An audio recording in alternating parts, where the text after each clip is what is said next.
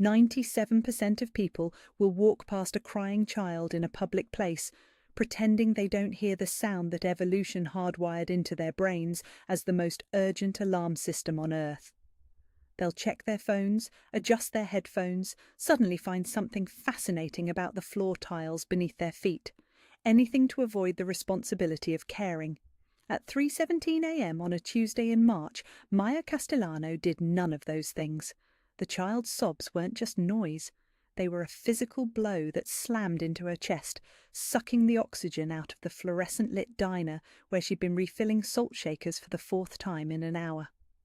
Her hands, already trembling from too much coffee and too little sleep, nearly dropped the industrial-sized container as the sound cut through the ambient hum of the overnight shift at Rossetti's diner.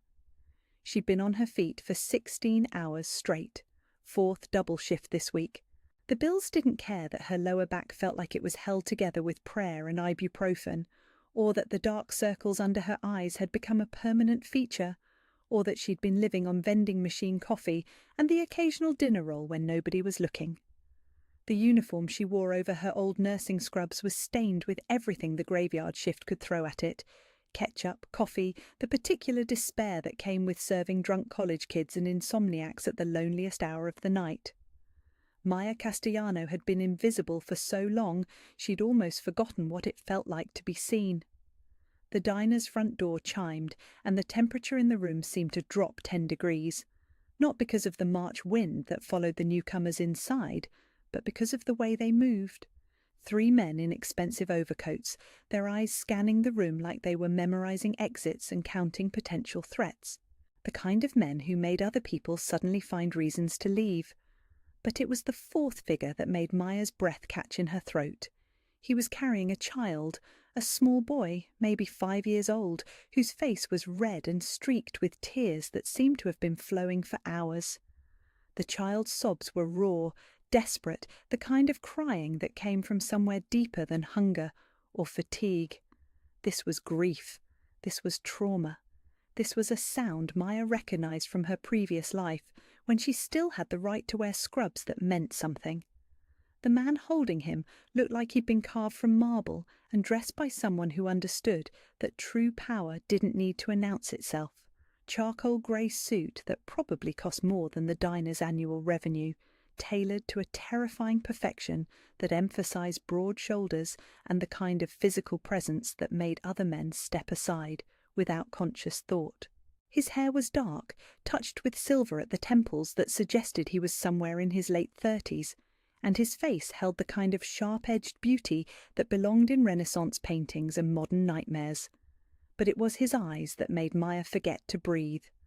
They were the colour of winter storms, grey and turbulent, and they held a desperation that she recognised, the look of someone who would burn the world down to fix something precious that was breaking in his hands. "Sir, I'm sorry, but we don't really—" the night manager started, his voice cracking slightly as he took in the expensive clothes and the obvious security detail. "Clear the room," the man said quietly. His voice carried an accent that suggested expensive education layered over something older, something that spoke of Sicily and family traditions that predated modern law. It wasn't a request. Maya watched 3 other late-night diners suddenly remember urgent appointments elsewhere. The college student with his textbooks spread across a corner booth, packed up with trembling hands. The trucker who'd been nursing coffee for 2 hours left a 20 on the table and disappeared into the night. Even the night manager found reasons to retreat to the back office, but Maya didn't move. She couldn't, because the child in the man's arms was looking directly at her with enormous brown eyes that held too much knowledge for such a small face, and his cries had shifted from desperate sobs to hiccuping whimpers that spoke of exhaustion and hopelessness.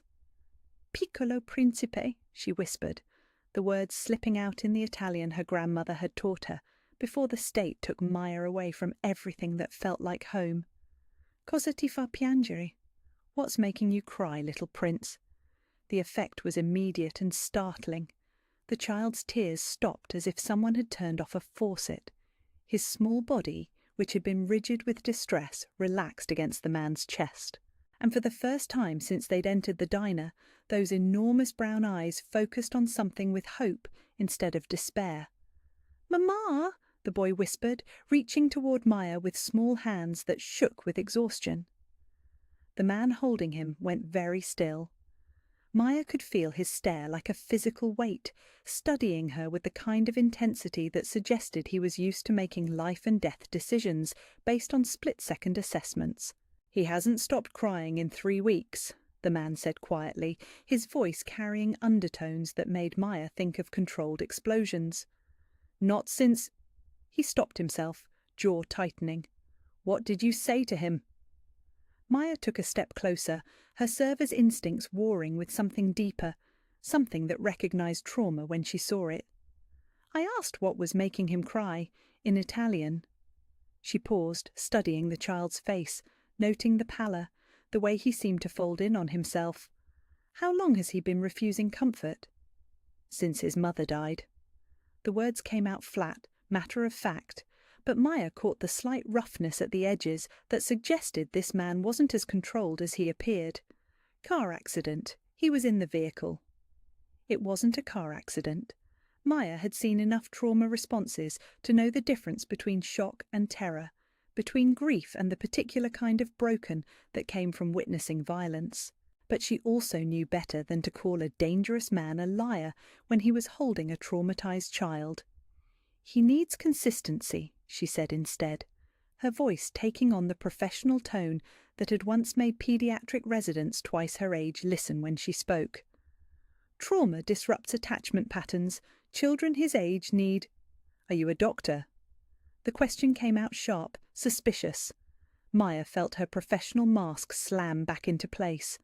The mask that had kept her invisible, kept her safe, kept her employed in jobs that didn't ask too many questions about her past. "I'm a waitress," she said carefully, "but I have experience with children." The man studied her for a long moment, his grey eyes taking in her cheap uniform, her exhausted face, her hands that were steady despite everything. "What's your name?" "Maya." "Maya?" He repeated it like he was testing how it felt in his mouth. "I'm Luca Romano, and this is Matteo." Romano. Even Maya, who had spent years deliberately avoiding anything that might connect her to her old life, recognized that name. One of the old families. The kind of people who appeared in newspaper headlines when someone important disappeared, but never in the context that would stick in court. She should walk away, should mumble an apology and retreat to the kitchen until they left. Should remember that survival meant staying invisible, staying uninvolved, staying alive. Instead, she looked at Matteo, who was still staring at her with those enormous eyes, and felt something she'd thought she'd buried forever stir to life in her chest. "He's exhausted," she said quietly. "But he's fighting sleep because sleep means nightmares, and nightmares mean being alone with whatever he saw. He needs someone who can promise him safety in a voice he trusts." Luca Romano's eyes narrowed. "And you think you're that someone?" Maya met his stare directly, something she hadn't done with another human being in longer than she could remember. "I think I'm the first person he's responded to in 3 weeks, and I think you're desperate enough to try anything." The silence that followed was heavy, suffocating. Maya could hear her own heartbeat, could feel the weight of a decision that would change everything, balanced on the edge of a blade. Finally, Luca Romano smiled. It wasn't a pleasant expression. It was the kind of smile that belonged to predators and power brokers, to men who had never heard the word no and survived to tell about it. "Sit down, Maya," he said, settling into a booth with Matteo still in his arms. "We need to talk." Maya looked at the child, who had closed his eyes for the first time in 3 weeks, his small hand twisted in her apron like an anchor. She looked at Luca Romano, whose smile promised both protection and danger in equal measure. She sat down. Outside, the rain began to fall, and Maya Castellano's old life washed away with it. The morning of Maya's wedding dawned with the kind of perfect spring weather that seemed ordered specially from heaven, clear skies, gentle breeze, and the Romano gardens in full bloom, with roses that had been cultivated for 3 generations to peak exactly at this moment in May. Maya stood at the window of the bridal suite that had been prepared in the main house, watching the transformation of the grounds she'd come to love. White silk pavilions created intimate spaces among the formal rose beds, strings of lights turned ancient oak trees into fairy tale settings, and chairs arranged in perfect semicircles faced an altar that had been constructed where she and Luca had shared their first kiss months ago.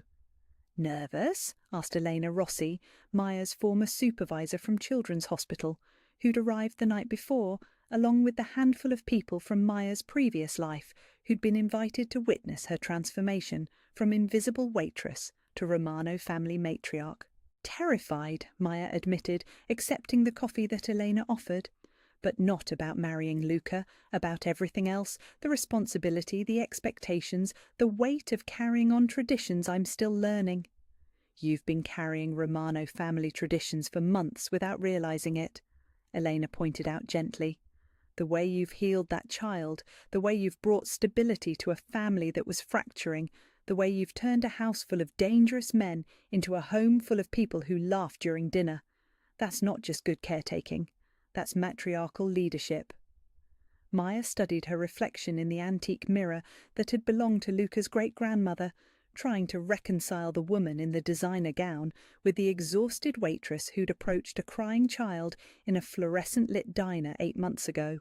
The transformation was startling, not just the expensive clothes and professional styling, but the confidence, the sense of belonging, the quiet authority that came from knowing she was exactly where she was meant to be. "Maya, Cara, are you ready for the familiar?" Nonna Rosa's voice carried from the hallway, accompanied by the sound of multiple women speaking rapid Italian with the kind of excited energy that preceded major family celebrations. The door opened to admit what felt like half of Sicily, Rosa Romano's sisters, daughters-in-law, granddaughters, and great-granddaughters who'd flown in from across the country to witness the wedding of their newest family member. Maya found herself surrounded by dark-eyed women who spoke in musical overlapping conversations, their hands adjusting her veil, smoothing her dress, offering advice in 3 different dialects of Italian. "Bellissima!" declared Aunt Francesca, the family's unofficial fashion critic, who'd initially been sceptical about Luca marrying outside the traditional Sicilian community. "You look like a queen, which is appropriate, because that's what you'll be." "The dress is perfect," added cousin Sophia, who designed the gown specifically for Maya. "Classic enough to honour tradition, modern enough to reflect who you are. Luca won't be able to breathe when he sees you." Maya's wedding dress was a masterpiece of Italian craftsmanship, silk that had been specially woven in Florence, lace that had been created by nuns in a Venetian convent, pearls that had been passed down through Romano women for 4 generations. The design was elegantly simple, allowing the quality of materials and the skill of construction to speak for themselves. "And this," Rosa said, producing a small velvet box with the ceremony of someone unveiling a sacred relic, "is for the final touch." Inside the box was a tiara that took Maya's breath away. Not the massive, ostentatious crown she might have expected, but a delicate creation of diamonds and pearls that suggested royalty through artistry rather than expense. "It belonged to my mother, and her mother before that," Rosa explained, as she carefully placed the tiara on Maya's head. "Worn by every Romano bride for 90 years. Today, it becomes yours to pass to the next generation." Maya felt tears threaten at the weight of history and acceptance the gesture represented. "Rosa, I can't. It's too precious." "You can and you will, because you've earned the right." Rosa's voice was firm with matriarchal authority. "You saved this family, Maya. You brought healing where there was trauma, love where there was fear, hope where there was despair. This tiara belongs on the head of the woman who gave us back our future."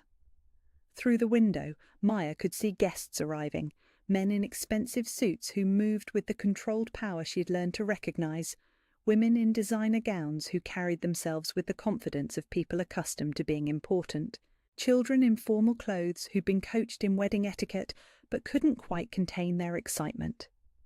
"How many people?" Maya asked, noting what seemed like an endless stream of luxury vehicles. 200, Rosa replied casually, as if that were a perfectly reasonable number of intimate family friends. "Just the immediate family and closest associates. Don Salvatore insisted on keeping it small and personal." Maya's definition of small and personal would never be the same. 5 minutes, announced Angela, appearing in the doorway with the efficiency of someone who'd coordinated Romano family events for decades. The groom is in position, the priest is ready, and Matteo is practically vibrating with excitement about carrying the rings. Maya took a final look in the mirror, seeing not the exhausted waitress she'd been, but not quite recognizing the elegant woman she'd become. Somewhere between those two versions was the truth. Someone strong enough to choose love despite danger, wise enough to build family across bloodlines, brave enough to accept a life that came with both extraordinary privileges and extraordinary responsibilities. "Ready?" Rosa asked, offering her arm with the dignity of a queen mother preparing to present her chosen successor. "Ready?" The walk to the garden felt like a procession through a fairy tale. Photographers captured every moment with the discretion of professionals who understood that some family celebrations required very careful handling of documentation. Musicians played classical pieces that had been specifically chosen for their significance in Romano family history. Flowers released fragrances that had been cultivated to peak exactly at this hour on this day. But it wasn't the elaborate staging that took Maya's breath away as she walked through the French doors that led to the garden. It was the sight of Matteo at the altar, resplendent in a miniature tuxedo that made him look like a tiny gentleman, his face radiant with joy as he spotted her approaching. And beside him, Luca Romano, in formal mourning dress that emphasized every line of strength and elegance she'd fallen in love with, his storm-grey eyes fixed on her with an expression of such profound love and gratitude that she nearly forgot how to breathe. Don Salvatore appeared at her side as Rosa stepped back, offering his arm with the formal courtesy of a man performing one of the most important duties of family leadership. "You look beautiful, daughter," he said quietly in accented English, the term of address carrying official recognition of her status within the family hierarchy. "Are you ready to take responsibility for our future?" "I am, Don Salvatore." "Then let us begin." The ceremony itself was a blend of traditions that reflected both families, Catholic liturgy conducted in Italian and English, Romano customs that dated back centuries, and personal touches that spoke to the unique love story that had brought them all together. When Luca spoke his vows, his voice carried across the gathered assembly with the strength of someone making promises he intended to keep for the rest of his life. "Maya, you came into our lives when we were broken, when we had lost hope, when we didn't know how to heal. You gave us back our son, our joy, our belief in tomorrow. I promise to love you, to protect you, to build a life with you that honours both where we came from and where we're going." Maya's vows were simpler, but no less heartfelt. "Luca, you and Matteo taught me that family isn't just about blood. It's about choice, about loyalty, about love that's strong enough to transform everything it touches. I promise to stand with you, to fight for our family, to love you both with everything I have for as long as I live." When Matteo presented the rings with the solemn dignity of someone performing a crucial role, his whispered, "Ti amo," Mama Maya carried across the silent garden and brought tears to eyes that had seen decades of Romano family celebrations. The kiss that sealed their marriage tasted like promises kept and futures embraced, witnessed by 200 people who understood that they'd just watched something more significant than a wedding. They'd watched the official coronation of a new Romano matriarch. "Ladies and gentlemen," the priest announced in heavily accented English, "I present to you Mr. and Mrs. Luca Romano and their son Matteo Romano." The reception that followed was a revelation of how the Romano family celebrated when they weren't worried about assassination attempts or internal betrayals. Music that ranged from classical Italian opera to contemporary American pop. Food that showcased the best of both Sicilian and American culinary traditions, and dancing that went on until the stars came out and the older guests began to make gracious exits. Maya found herself swept from conversation to conversation, formally introduced to family members and business associates who'd heard about her but were meeting her for the first time. Each introduction carried weight. These were people assessing whether she was worthy of the trust that had been placed in her, whether she understood the responsibilities she was accepting. "So you're the woman who tamed our Luca," said Vincent Romano, Don Salvatore's eldest son and head of the family's West Coast operations. "He speaks of you like you hung the moon." "I'm the woman who loves his son and refuses to let anyone hurt their family," Maya replied, accepting a glass of champagne from a passing waiter. "Everything else is just details." Vincent's laugh was approving. "Spoken like a true Romano. You'll fit in perfectly." As the evening progressed, Maya began to understand the full scope of what she'd married into. The Romano family wasn't just Luca and Don Salvatore and the relatives she'd met. It was a network of relationships that extended across the country, connecting legitimate businesses with old-world loyalties, modern success with traditional values. "Overwhelming?" Luca asked, appearing at her side during a brief lull in the social obligations. "Educational," Maya replied, watching Matteo dance with his great-grandmother to music that had been popular when Rosa was a young bride. "I'm beginning to understand why you needed 6 months to prepare me for all this." "And are you prepared?"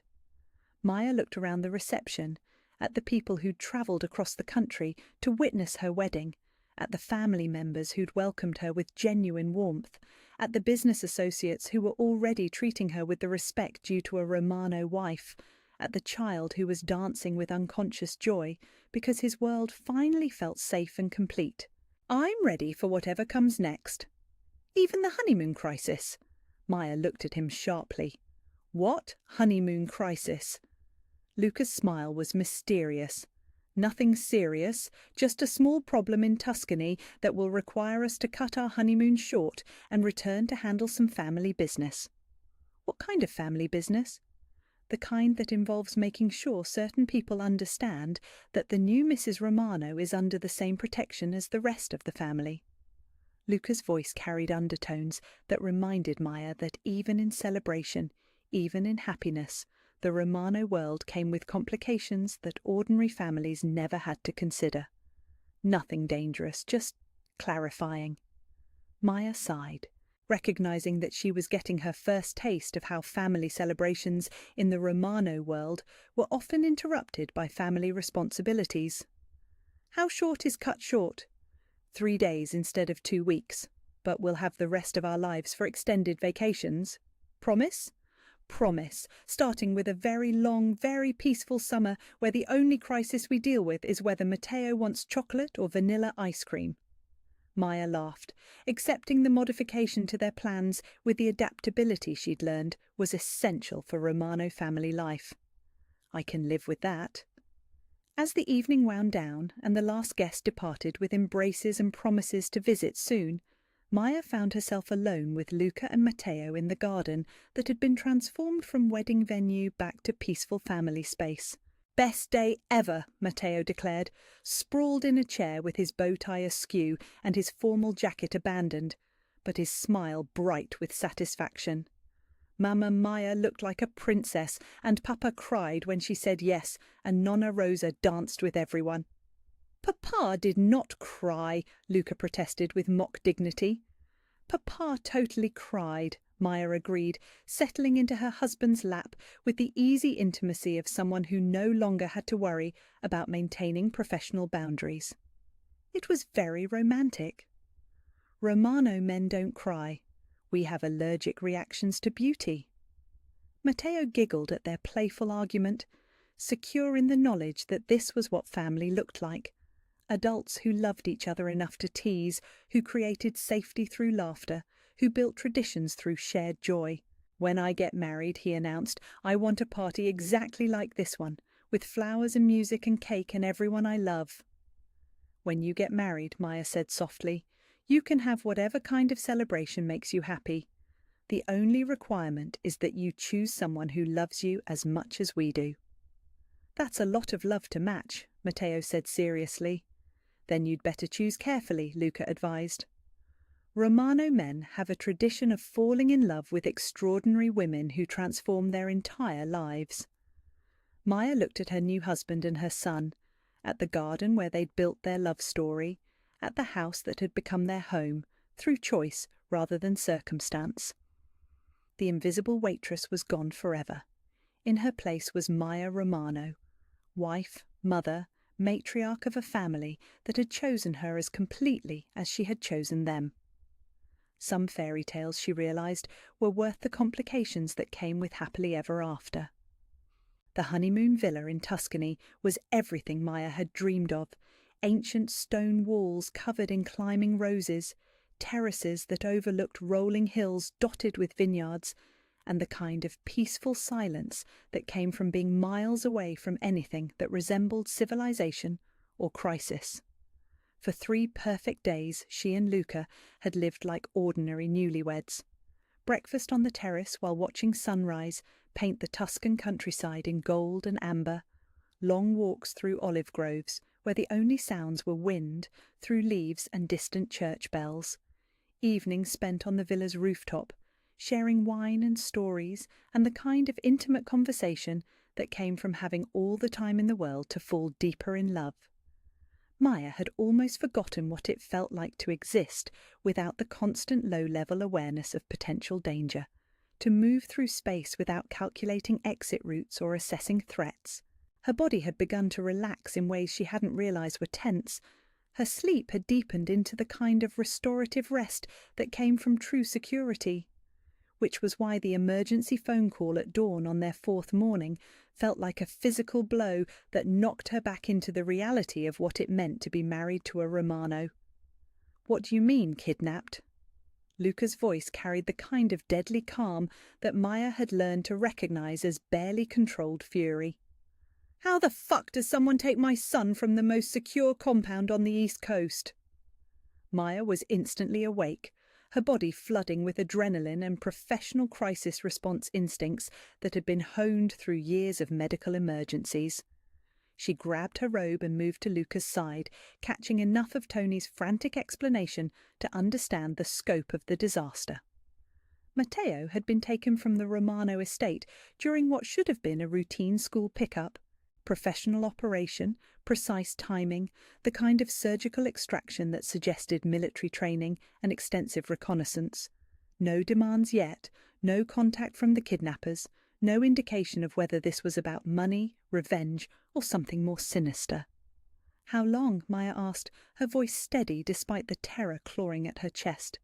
6 hours, Luca replied, his hands already moving to pack their emergency travel documents. "They waited until we were out of the country, until our response would be delayed by international logistics." "Who would—" Maya stopped herself, recognizing that speculation was useless when her son was in danger. "What do we need to do?" "Get home, fast. The plane will be ready in 30 minutes. Luca was moving with the efficient precision of someone who'd planned for this contingency, who understood that family celebrations were often followed by family crises in their world. "Tony's coordinating the search, Don Salvatore is activating every contact we have in law enforcement, and Nonna Rosa is—" His voice broke slightly. "Rosa was there when it happened. She's blaming herself." Maya felt her heart contract with sympathy for the elderly woman who'd been watching Matteo while his parents were on their honeymoon. "Is she hurt?" "Physically? No, they were careful not to harm her, which tells us this isn't random violence. It's someone who understands Romano family dynamics well enough to know that hurting her would bring a level of retaliation that would make their survival impossible." The flight back to New Jersey passed in a blur of urgent phone calls and tactical planning that revealed the true scope of Romano family resources when one of their own was threatened. Maya listened to Luca coordinate with contacts she hadn't known existed. Federal agents who owed favours, intelligence analysts who specialised in kidnapping cases, mercenary operators who could be trusted with the kind of off-the-books rescue operation that might become necessary. "Any theories about who's behind this?" Maya asked during a brief lull in the communications. "Several. The Torino family still has loyalists who might see this as belated revenge for their losses during the assault on our compound. Rival organizations who think taking Matteo gives them leverage in business negotiations. Or," Luca's expression darkened, "someone from my past who knows exactly how much my son means to me and wants to settle old scores. Personal rather than business? In our world, the distinction isn't always meaningful, but yes, this feels personal. The timing, the precision, the psychological impact of taking him during our honeymoon. Someone wanted to cause maximum emotional damage, along with the practical leverage." Maya processed this information, her mind automatically shifting into the analytical mode that had served her during medical crises. What do they want? If it's about leverage or revenge, there should have been contact by now. Demands, threats, something to indicate the endgame. Which means either they're still deciding what they want, or they want something that requires careful negotiation. Luca's voice carried undertones that made Maya's blood run cold. Or they don't intend to negotiate at all. The Romano estate, when they arrived, looked like a fortress under siege.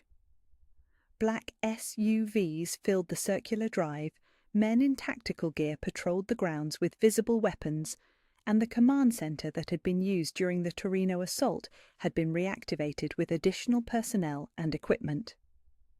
Maya found Nonna Rosa in the family living room, looking smaller and more fragile than she had at the wedding just days earlier. The elderly woman was clutching one of Matteo's stuffed animals, the elephant he'd outgrown but kept for sentimental reasons, and her usually sharp eyes were reddened with tears and self-recrimination. "Maya, Cara," Rosa whispered as Maya knelt beside her chair. "I failed him. I failed you both. They took him right in front of me and I couldn't stop them." "Rosa, no. This isn't your fault." Maya gathered the older woman into her arms, offering comfort while her own heart was breaking with fear and rage. "Tell me exactly what happened." Through Rosa's halting explanation, Maya began to understand the sophistication of the operation. 4 men in a utility van that looked like routine maintenance service. Professional behaviour that didn't raise suspicions until it was too late. Matteo's school driver neutralised with a tranquilizer dart, not killed, again suggesting operators who understood the consequences of unnecessary violence against Romano family associates. They knew his schedule perfectly, Rosa said, her voice thick with guilt. They knew he had art therapy on Wednesdays, knew what time his car would arrive, knew exactly how to approach without triggering security alerts. Maya felt cold certainty settle in her stomach. This was someone with inside information, someone who knows our routines, our security protocols, our family dynamics. But Antonio's in exile, but that doesn't mean he's the only one who might have been passing information. Maya's mind raced through possibilities, analysing patterns the way she'd once analysed patients' symptoms. Someone's been watching us, studying us, waiting for the perfect moment to strike. In the command centre, Tony was coordinating search operations with the grim efficiency of someone who understood that time was their enemy. Every minute that passed without contact from the kidnappers decreased the likelihood of a positive outcome. "Any leads on the van?" Luca asked, studying surveillance footage from traffic cameras along every possible escape route. "Stolen 3 days ago from a construction company in Newark. License plates were switched twice during the escape route, probably dumped and burned by now." Tony's expression was haggard with exhaustion and failure. Professional job, boss. These weren't amateurs. "What about the school driver? Is he talking?" "Still unconscious. Whatever they used to tranquilise him was designed to keep him under for hours. When he wakes up, maybe he'll have seen something useful."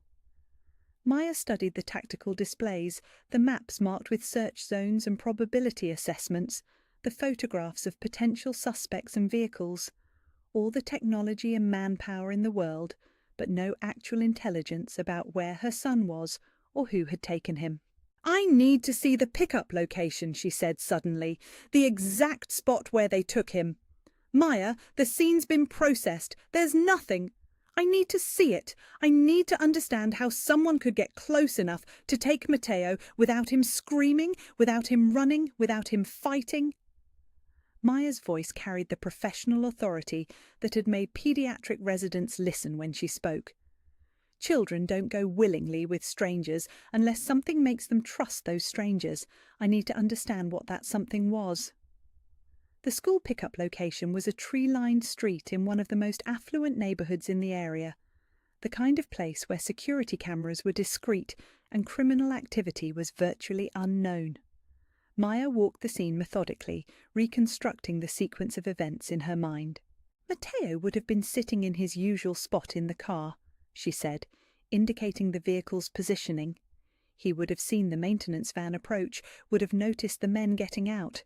If they were threatening or obviously dangerous, he would have told his driver to leave. So they weren't obviously dangerous, Luca concluded, following her analysis.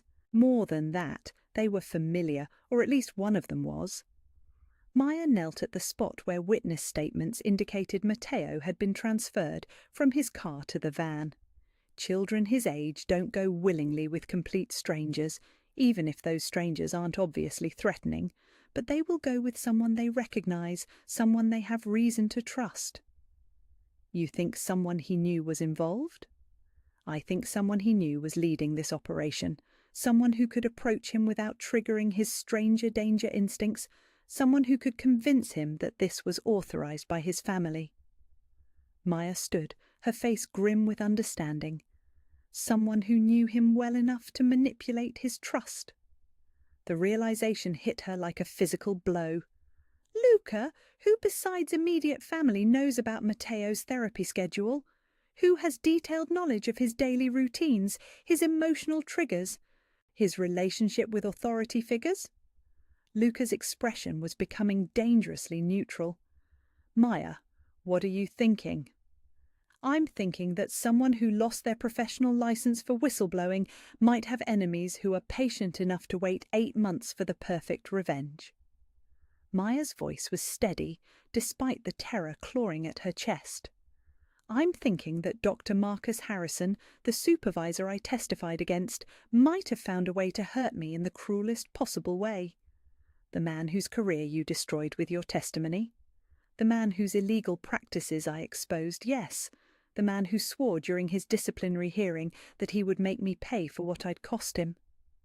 Maya felt pieces clicking into place with horrible clarity. Harrison specialised in paediatric psychology. He'd know exactly how to approach a traumatised child, how to gain trust, how to manipulate emotional responses. And he'd know that taking Matteo would be the most effective way to destroy you. Maya nodded, feeling sick with the realization that her past had finally caught up with her new family in the worst possible way. Harrison's not interested in ransom money or business leverage. This is personal. He wants to watch me suffer the way he suffered when his career ended. Then he's about to learn what happens when someone threatens a Romano family member for personal revenge. Luca's voice carried the promise of violence that had built his reputation. Tony, run everything we can find on Dr. Marcus Harrison. Financial records, property holdings, associates, parking tickets. I want to know where he's been, who he's talked to, and where he might take a kidnapped child. As the investigation shifted focus to Harrison, Maya felt a cold certainty settle in her chest. This wasn't about the Romano family business or territorial disputes or old grudges between criminal organisations. This was about a man who'd lost everything because she'd chosen to protect vulnerable children over institutional loyalty. A man who'd waited patiently for her to find happiness, to build a family, to have something precious that could be taken away. Harrison had Matteo, and unless they found him soon, Maya was about to learn that some enemies were patient enough to wait years for the perfect opportunity to inflict maximum pain. The hunt was on. But this time, the prey knew exactly how much the hunters were willing to sacrifice to get their target back. and Marcus Harrison was about to discover that threatening a Romano child was the kind of mistake that ended with shallow graves and closed casebooks. 3 months after Dr. Marcus Harrison learned the hard way that kidnapping a Romano child was a fatal error in judgment. Maya stood in the sun-drenched lobby of the Maya Castellano Romano Pediatric Center, watching construction workers put the finishing touches on the bronze dedication plaque that would officially open the new wing of Children's Hospital of Philadelphia. The rescue had taken 18 hours of coordinated investigation, tactical planning, and the kind of precision violence that left no witnesses to testify about Romano family methods. Maya's knowledge of Harrison's psychological profile had led them to the abandoned medical facility where he'd once worked, a place he'd chosen specifically because it would force her to relive the professional destruction he blamed her for causing. But Harrison had made a critical miscalculation. He'd expected to break Maya's spirit by threatening Matteo in the place where her career had died. Instead, he'd given her the perfect opportunity to demonstrate that some kinds of knowledge were worth any price, and some kinds of love were strong enough to overcome any trauma. Maya had been the one to find Matteo in the facility's old pediatric ward, sedated but unharmed, his small body curled in a hospital bed that Harrison had prepared like a twisted shrine to Maya's past failures. She'd been the one to wake him gently, to carry him out of that place, to prove to him that the bad men could never really win, because his family would always come for him. Harrison himself had been found 3 days later in a location that would never be disclosed to law enforcement, in a condition that ensured he would never threaten another child for any reason. Don Salvatore's justice had been swift, absolute, and conducted according to traditions that predated modern legal systems by centuries. Mrs. Romano, the hospital administrator's voice brought Maya back to the present moment, to the celebration that was about to officially restore her professional standing while honouring the journey that had brought her to this point. "We're ready for the dedication ceremony?" Maya smoothed her hands over the navy dress she'd chosen for the occasion, professional but not austere, expensive enough to reflect her current status, but not so ostentatious as to overshadow the purpose of the day. Around her neck was a simple gold necklace that had belonged to her grandmother, and on her finger was the wedding ring that marked her as part of the Romano family. The transformation from invisible waitress to hospital benefactor still felt surreal sometimes, but Maya had learned to embrace the contradictions of her new life. The same resources that made Luca Romano dangerous in business made him extraordinarily effective as a philanthropist. The same network of contacts that facilitated territorial disputes also facilitated charitable foundations and medical research grants. "Maya," Elena Rossi approached with the broad smile of someone whose former colleague had just funded a multi-million-dollar expansion of pediatric trauma services. "I still can't believe you did this, a whole wing dedicated to children who've experienced violence and abuse." "It seemed appropriate," Maya replied, accepting Elena's enthusiastic embrace. "After everything that's happened, after everything I've learned about healing and family and second chances, this felt like the right way to honour the past while building something better for the future." The Pediatric Centre was Maya's vision made manifest. State-of-the-art medical facilities combined with innovative therapy spaces, art studios where traumatised children could express what they couldn't verbalise, play areas designed by child psychologists to promote healing through safe interaction. Most importantly, it was staffed by specialists who understood that treating trauma required more than medical intervention. It required love, patience, and the absolute conviction that every child deserved to feel safe and valued. "The Romano family must be very proud," Elena said, her voice carrying the careful neutrality of someone who'd heard rumours but knew better than to ask direct questions about her friend's powerful in-laws. "They are. This project has their full support, both financially and philosophically." Maya's voice carried quiet pride.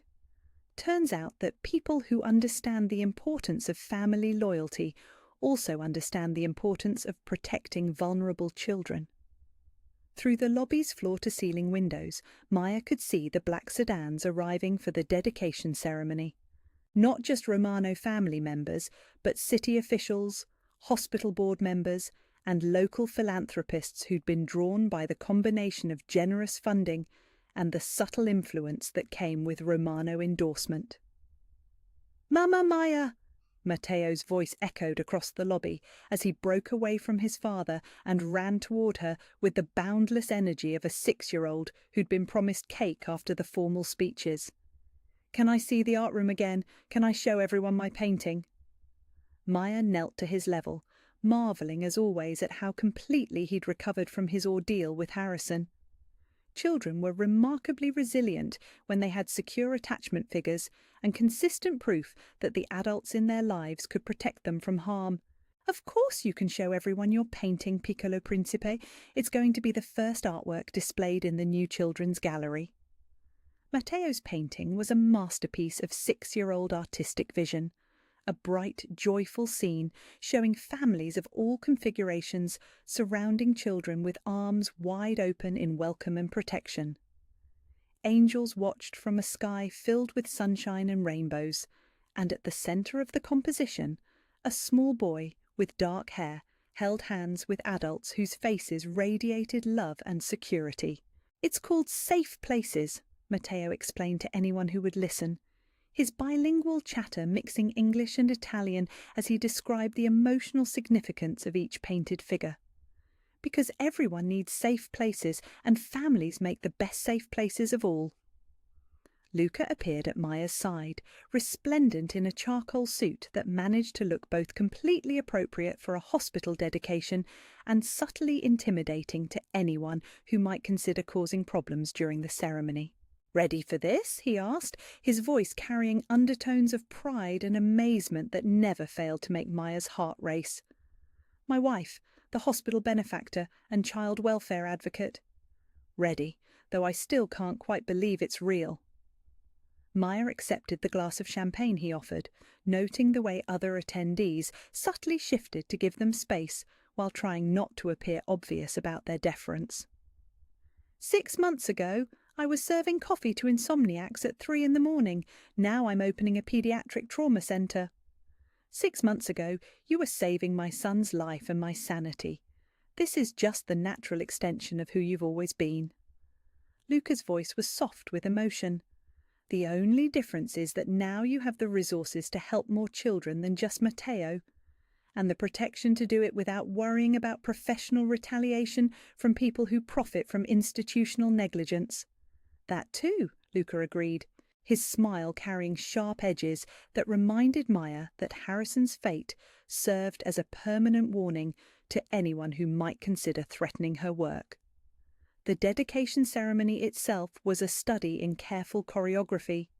Mayor speeches that praised the Romano family's commitment to civic improvement without mentioning the specific nature of their business interests. Hospital administrators expressing gratitude for funding that had materialized without the usual bureaucratic obstacles. Medical professionals discussing innovative treatment approaches that would benefit from resources most facilities could never afford.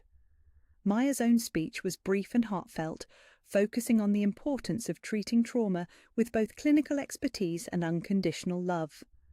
She spoke about children who'd survived the unthinkable, about the healing power of families who refused to give up, about second chances and the responsibility to protect those who couldn't protect themselves.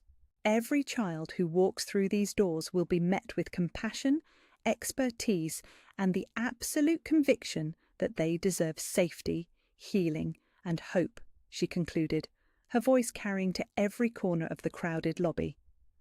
Because that's what families do for each other. We create safe places where love can flourish and wounds can heal. The applause was warm and sustained, but Maya's attention was drawn to Matteo's face in the crowd. His expression was radiant with pride and understanding, old enough now to grasp that his mama Maya was using her knowledge and resources to help other children who'd experienced scary things. After the formal dedication, Maya found herself giving tours of the new facility to various dignitaries and donors. the art therapy rooms with their natural lighting and child-sized easels, the sensory integration spaces designed for children whose trauma had affected their neurological development, the family meeting rooms where parents and caregivers could learn new ways to provide support and security. "This is remarkable," commented Dr. Sarah Chen, the hospital's chief of pediatric psychiatry. "I've never seen such comprehensive integration of medical treatment with therapeutic intervention. The children who come here will receive exactly the kind of holistic care that trauma requires." "That was the goal," Maya replied, watching through the window as Matteo played in the outdoor therapeutic garden with several other children whose families had come for the dedication. Medical treatment addresses symptoms, but healing addresses the whole person. Both are necessary. "And the funding is secure long-term?" "The Romano Family Foundation has committed to full operational support for at least 10 years, with provisions for expansion if the need exists." Maya's voice carried quiet satisfaction. "This isn't a publicity project or a tax write-off, it's a permanent commitment to child welfare." As the afternoon progressed, Maya began to understand that this dedication was more than just the opening of a new medical facility. It was her official introduction to Philadelphia society as someone whose influence extended beyond her marriage into Romano power structures. Hospital board members sought her opinion on other charitable initiatives. City officials mentioned opportunities for the Romano Foundation to support various civic improvements.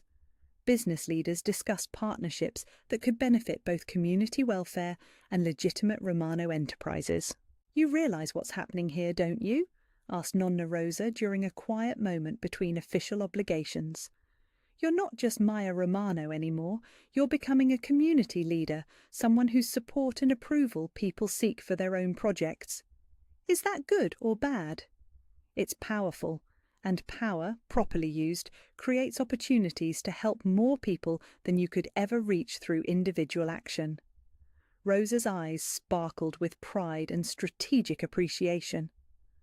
"My grandson married wisely.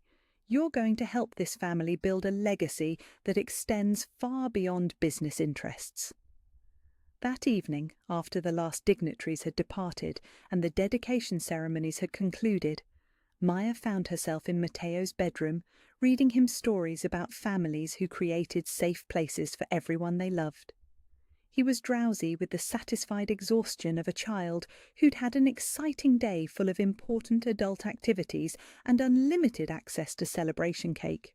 "Mama Maya," he said sleepily as she tucked him in, "are you happy about the hospital?" "Very happy, sweetheart. It means we can help lots of children who need safe places to heal, just like we helped you. And they'll have families who love them. Some will. Others might need us to help them find families, or help their existing families learn better ways to show love." Maya smoothed his dark hair, marvelling at how much he'd grown in the year since that night in the diner when he'd first called her Mama.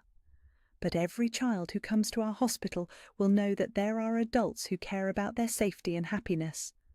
"Good," Matteo said, with the satisfied conviction of someone whose own safety and happiness were absolute certainties. "Everyone deserves to feel safe." Later, Maya stood on the terrace outside the master bedroom she shared with Luca, looking out over gardens that no longer required armed patrols, listening to the peaceful sounds of a household settling into sleep without the underlying tension of potential threats. "Satisfied with your day, Mrs. Romano?" Luca asked, joining her at the stone railing with 2 glasses of wine and the soft smile that never failed to make her pulse quicken. "More than satisfied. Fulfilled, I think." Maya accepted the wine, leaning into the solid warmth of his presence. "For the first time since I lost my original license, I feel like I'm using my knowledge and experience for exactly what they were meant for." "And what's that?" "Protecting children, creating safe places, making sure that families like ours, however they're configured, however they come together, have the resources they need to heal from whatever the world has thrown at them." Luca was quiet for a moment, processing the weight of what they'd built together. When I watched you walk into that diner 8 months ago and approach my terrified son with such gentle authority, I knew you were going to change our lives. I had no idea you were going to change the world. I'm not changing the world. I'm just changing our little corner of it, one family at a time. Sometimes that's how world change happens. One family, one child, one safe place at a time. Maya thought about the journey that had brought her from that fluorescent-lit diner to this stone terrace overlooking perfectly manicured gardens. The exhausted waitress who'd approached a crying child because she couldn't ignore someone else's pain. The reluctant caregiver who'd agreed to help heal trauma because a small boy needed her particular skills. The woman who'd chosen love over safety, family over independence, commitment over the kind of freedom that came with having nothing to lose. Each choice had led to the next, building a life that felt both impossible and inevitable. A family that had chosen her as completely as she had chosen them. A future that held both extraordinary privileges and extraordinary responsibilities. A legacy that would extend far beyond her own lifetime through the children who would be healed in spaces she'd created, by methods she'd championed, with resources she'd helped secure. "I love you, Luca Romano," she said quietly, the words carrying all the weight of promises kept and futures embraced. "I love you too, Maya Romano. Thank you for saving us all." In his bedroom down the hall, Matteo slept peacefully, surrounded by artwork that showed families staying together and angels watching over the people they loved. His dreams were filled with safe places and unlimited possibilities, secure in the knowledge that his world was built on foundations strong enough to support whatever the future might bring. Outside the estate's walls, the city sprawled in all directions, full of families who needed healing, children who needed protection, adults who needed second chances, and communities that needed the kind of transformative investment that could only come from those who understood that real power was measured in lives improved rather than territories controlled. The invisible waitress was gone forever. In her place was Maya Romano, wife, mother, healer, and architect of safe places where love could flourish and wounds could heal. Some transformations happened overnight. Others took months of careful building, one choice at a time, one day at a time, one act of love at a time. But all of them, Maya had learned, began with the simple decision to approach someone else's pain with gentle authority and refuse to walk away until healing was possible. That was what families did for each other. That was what communities did for their most vulnerable members. That was what love looked like when it had the resources and determination to reshape the world around it. And that, Maya realized, as she stood on her terrace overlooking the life she'd chosen and the future she was building, was exactly what she'd been meant to do all along. Luca Romano had built an empire on his ability to read people in the space of a heartbeat. Suppliers who were skimming, lieutenants who were planning betrayals, federal agents who thought they were clever enough to infiltrate his organization. He could spot the tells from across a room. It was a survival skill in a world where the wrong assessment meant a shallow grave in the Pine Barrens. But the woman sitting across from him in this fluorescent-lit diner was an enigma that made his instincts scream warnings he couldn't decipher. Maya. No last name offered, no nervous fidgeting, no desperate eagerness to please that he expected from someone in her obvious financial circumstances. Her uniform was stained and cheap, her hands bore the calluses of hard labour, and she had the particular exhaustion that came from working multiple jobs just to keep the lights on. Everything about her screamed ordinary, invisible, forgettable, except for the way his son had stopped crying for the first time in 22 days. Matteo was sleeping now, his small body finally relaxed against Luca's chest, one tiny hand still twisted in Maya's apron like she was his lifeline to something approaching peace. The child, who had screamed through every attempt at comfort from nannies, doctors, child psychologists, and his own grandmother, was breathing steady, and even for the first time since the night Isabella died, since the night Matteo watched his mother's blood paint the interior of their armoured sedan while Luca fought to keep them both alive. "Tell me about your experience with children," Luca said quietly, his voice pitched low enough not to disturb his son's sleep. Maya's response came without hesitation, which was itself interesting. Most people stammered when he asked direct questions. Most people were smart enough to be afraid. "I worked in paediatric trauma for 4 years, Johns Hopkins, then Children's Hospital of Philadelphia. Specialised in attachment disorders and PTSD in children who had experienced violence." She paused, studying Matteo's peaceful face. Children who had seen things they shouldn't have to carry. The clinical precision of her language made something click into place in Luca's mind. Worked. Past tense. "My licence was revoked 18 months ago." There was no shame in her voice, which told him everything he needed to know about whose fault it had been. Whistleblowing on a supervisor who was falsifying treatment records to increase insurance payouts. Children weren't getting the care they needed. I documented everything, reported it through proper channels, testified when the state investigated. "And lost everything for your trouble."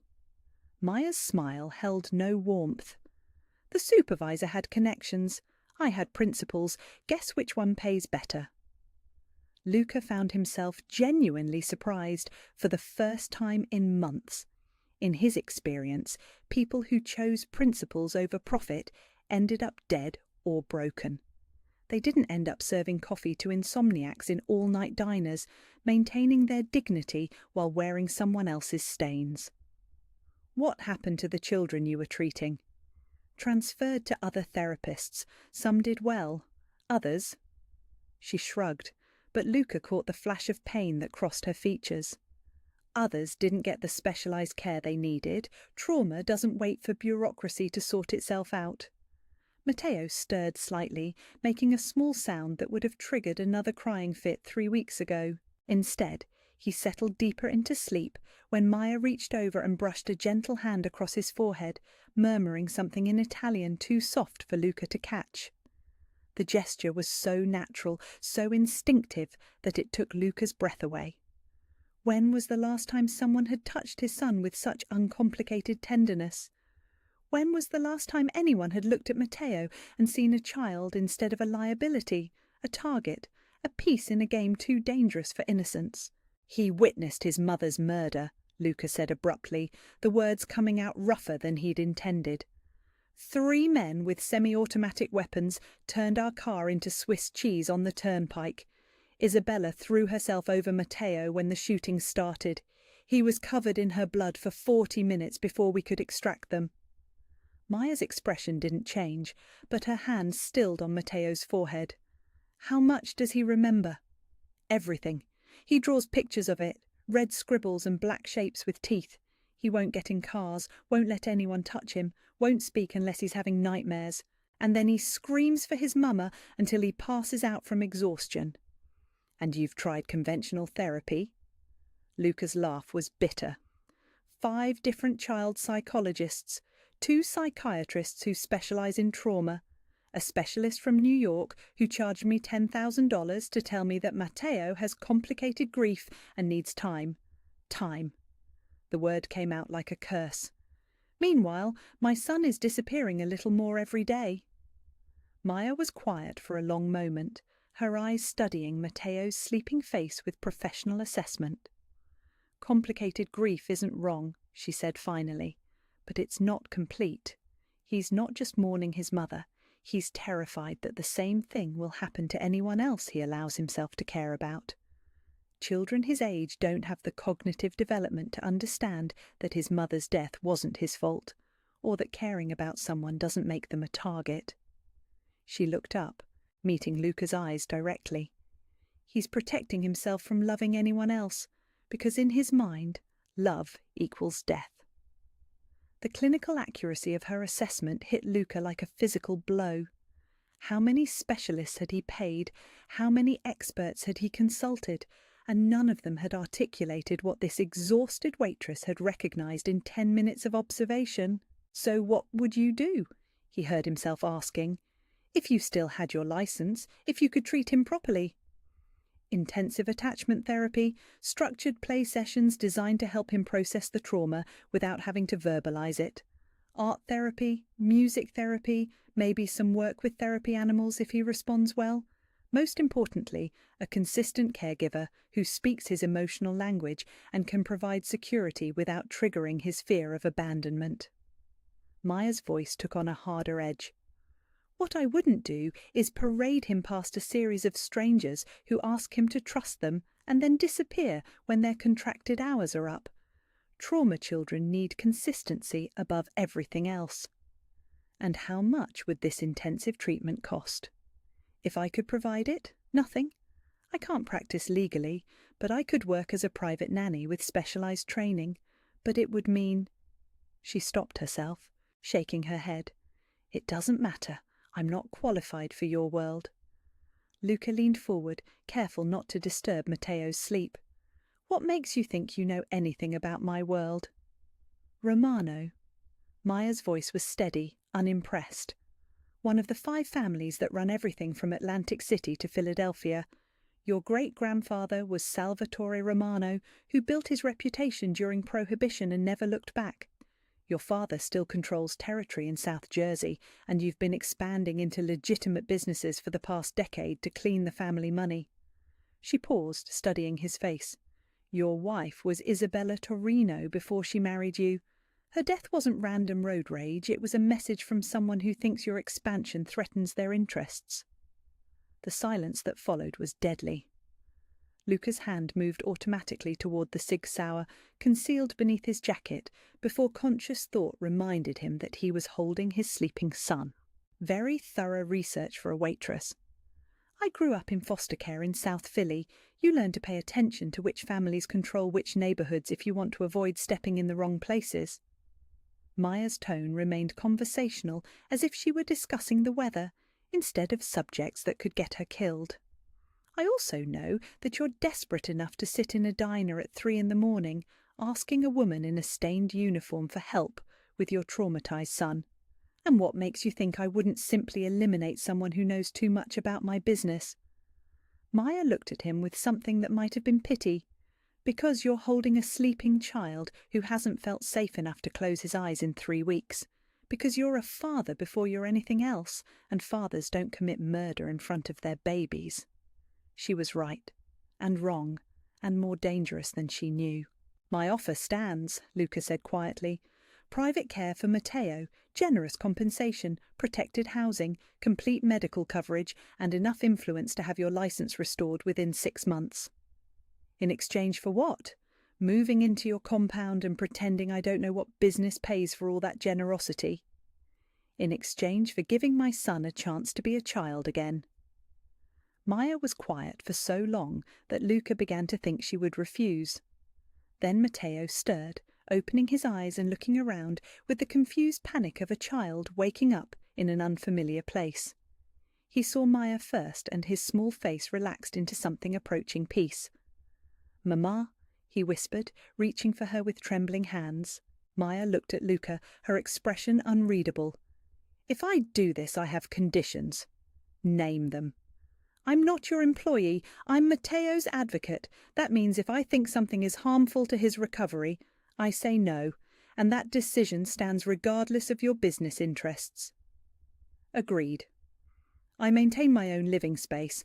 I won't be a prisoner in your compound, no matter how gilded the cage." "Agreed." "And if Matteo recovers, when he recovers, I have the right to leave with your blessing and without retaliation." Luca studied her face, noting the way she'd said "when" instead of "if," the quiet confidence that suggested she'd already begun planning Matteo's treatment. "Anything else?" "I don't work for criminals," Maya said firmly. "I work for children. The distinction matters to me, even if it doesn't matter to you." Matteo was fully awake now, sitting up in Luca's arms and reaching for Maya with increasing urgency.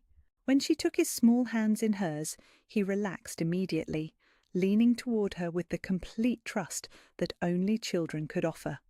Luca made his decision. "Pack whatever you need," he said, standing and carefully transferring Matteo to Maya's arms. The child went willingly, wrapping his small arms around her neck and burying his face against her shoulder. "We'll have you moved into the guest house by tomorrow evening." Guest house? Private quarters on the estate, your own entrance, your own space, but close enough to respond if Matteo needs you during the night. Luca's smile was sharp-edged, predatory. "Did you think I was going to let you work out of some apartment across town? You've just become the most important person in my son's life, Maya. That makes you family." Maya's expression suggested she understood exactly what being family to a Romano might entail. Protection and danger in equal measure. Luxury and surveillance. The kind of golden chains that looked like jewellery until you tried to remove them. But Matteo was already asleep again in her arms, his breathing even and peaceful, and Luca watched her make the same choice he would have made. She looked at the child, not at him, when she gave her answer. "I'll need 3 days to settle my affairs and pack, and I want it in writing that I have full authority over Matteo's care and treatment." "Done."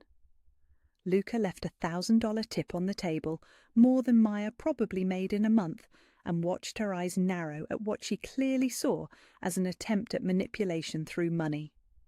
"For the diner," he clarified. "Not for you. I don't pay family." He walked out into the rain, leaving Maya holding his sleeping son and trying to decide whether she'd just saved a child or sold her soul. Behind him, the fluorescent lights of Rossetti's diner flickered like a warning, and Luca Romano began planning how to keep the most dangerous promise he'd ever made, that Maya Castellano would be safe in his world.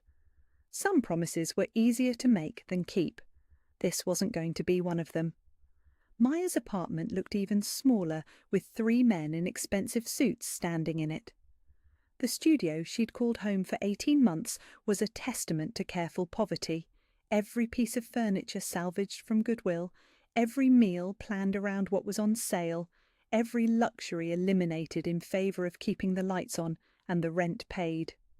Her medical textbooks, the ones she couldn't afford to replace after losing her licence, were stacked in milk crates that served as both storage and nightstands.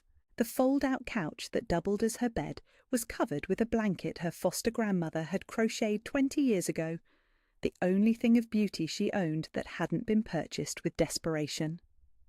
Luca Romano stood in the centre of it all, his charcoal grey overcoat making the space look even more cramped and shabby by comparison. He wasn't touching anything, wasn't commenting on the obvious signs of financial struggle, but Maya could feel his assessment like a physical weight. This was a man who calculated advantages and weaknesses as automatically as breathing, and her poverty was laid out for inspection like evidence in a trial. "This everything?" asked one of his men, a massive mountain of Italian-American muscle who'd introduced himself simply as Tony. Maya looked at the 2 suitcases that contained her entire life. "That's it." The second man, lean and sharp-eyed in the way that suggested he'd been military before he'd been criminal, picked up the heavier case without effort. "Books are heavy," he commented neutrally. "Medical journals, case studies in paediatric trauma therapy." Maya's voice was steady, professional. "I'll need them for Matteo's treatment." Luca's attention sharpened. "You kept your research materials." "Knowledge doesn't become worthless just because you lose the legal right to practice it." Maya shouldered her smaller bag, looking around the apartment that had been her refuge and her prison for the better part of 2 years.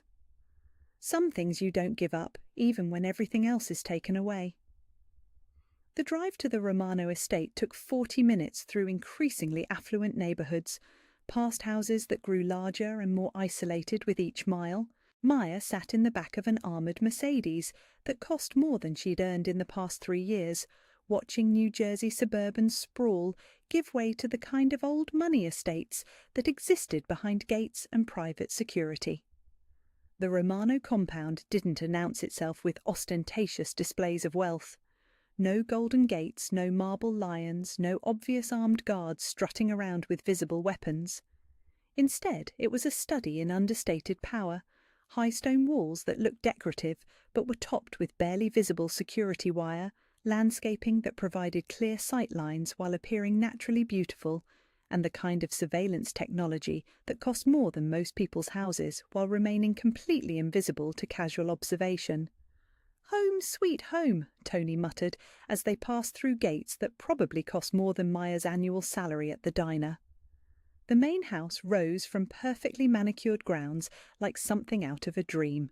Italian Renaissance architecture, all warm stone and graceful arches, surrounded by gardens that belonged in magazines.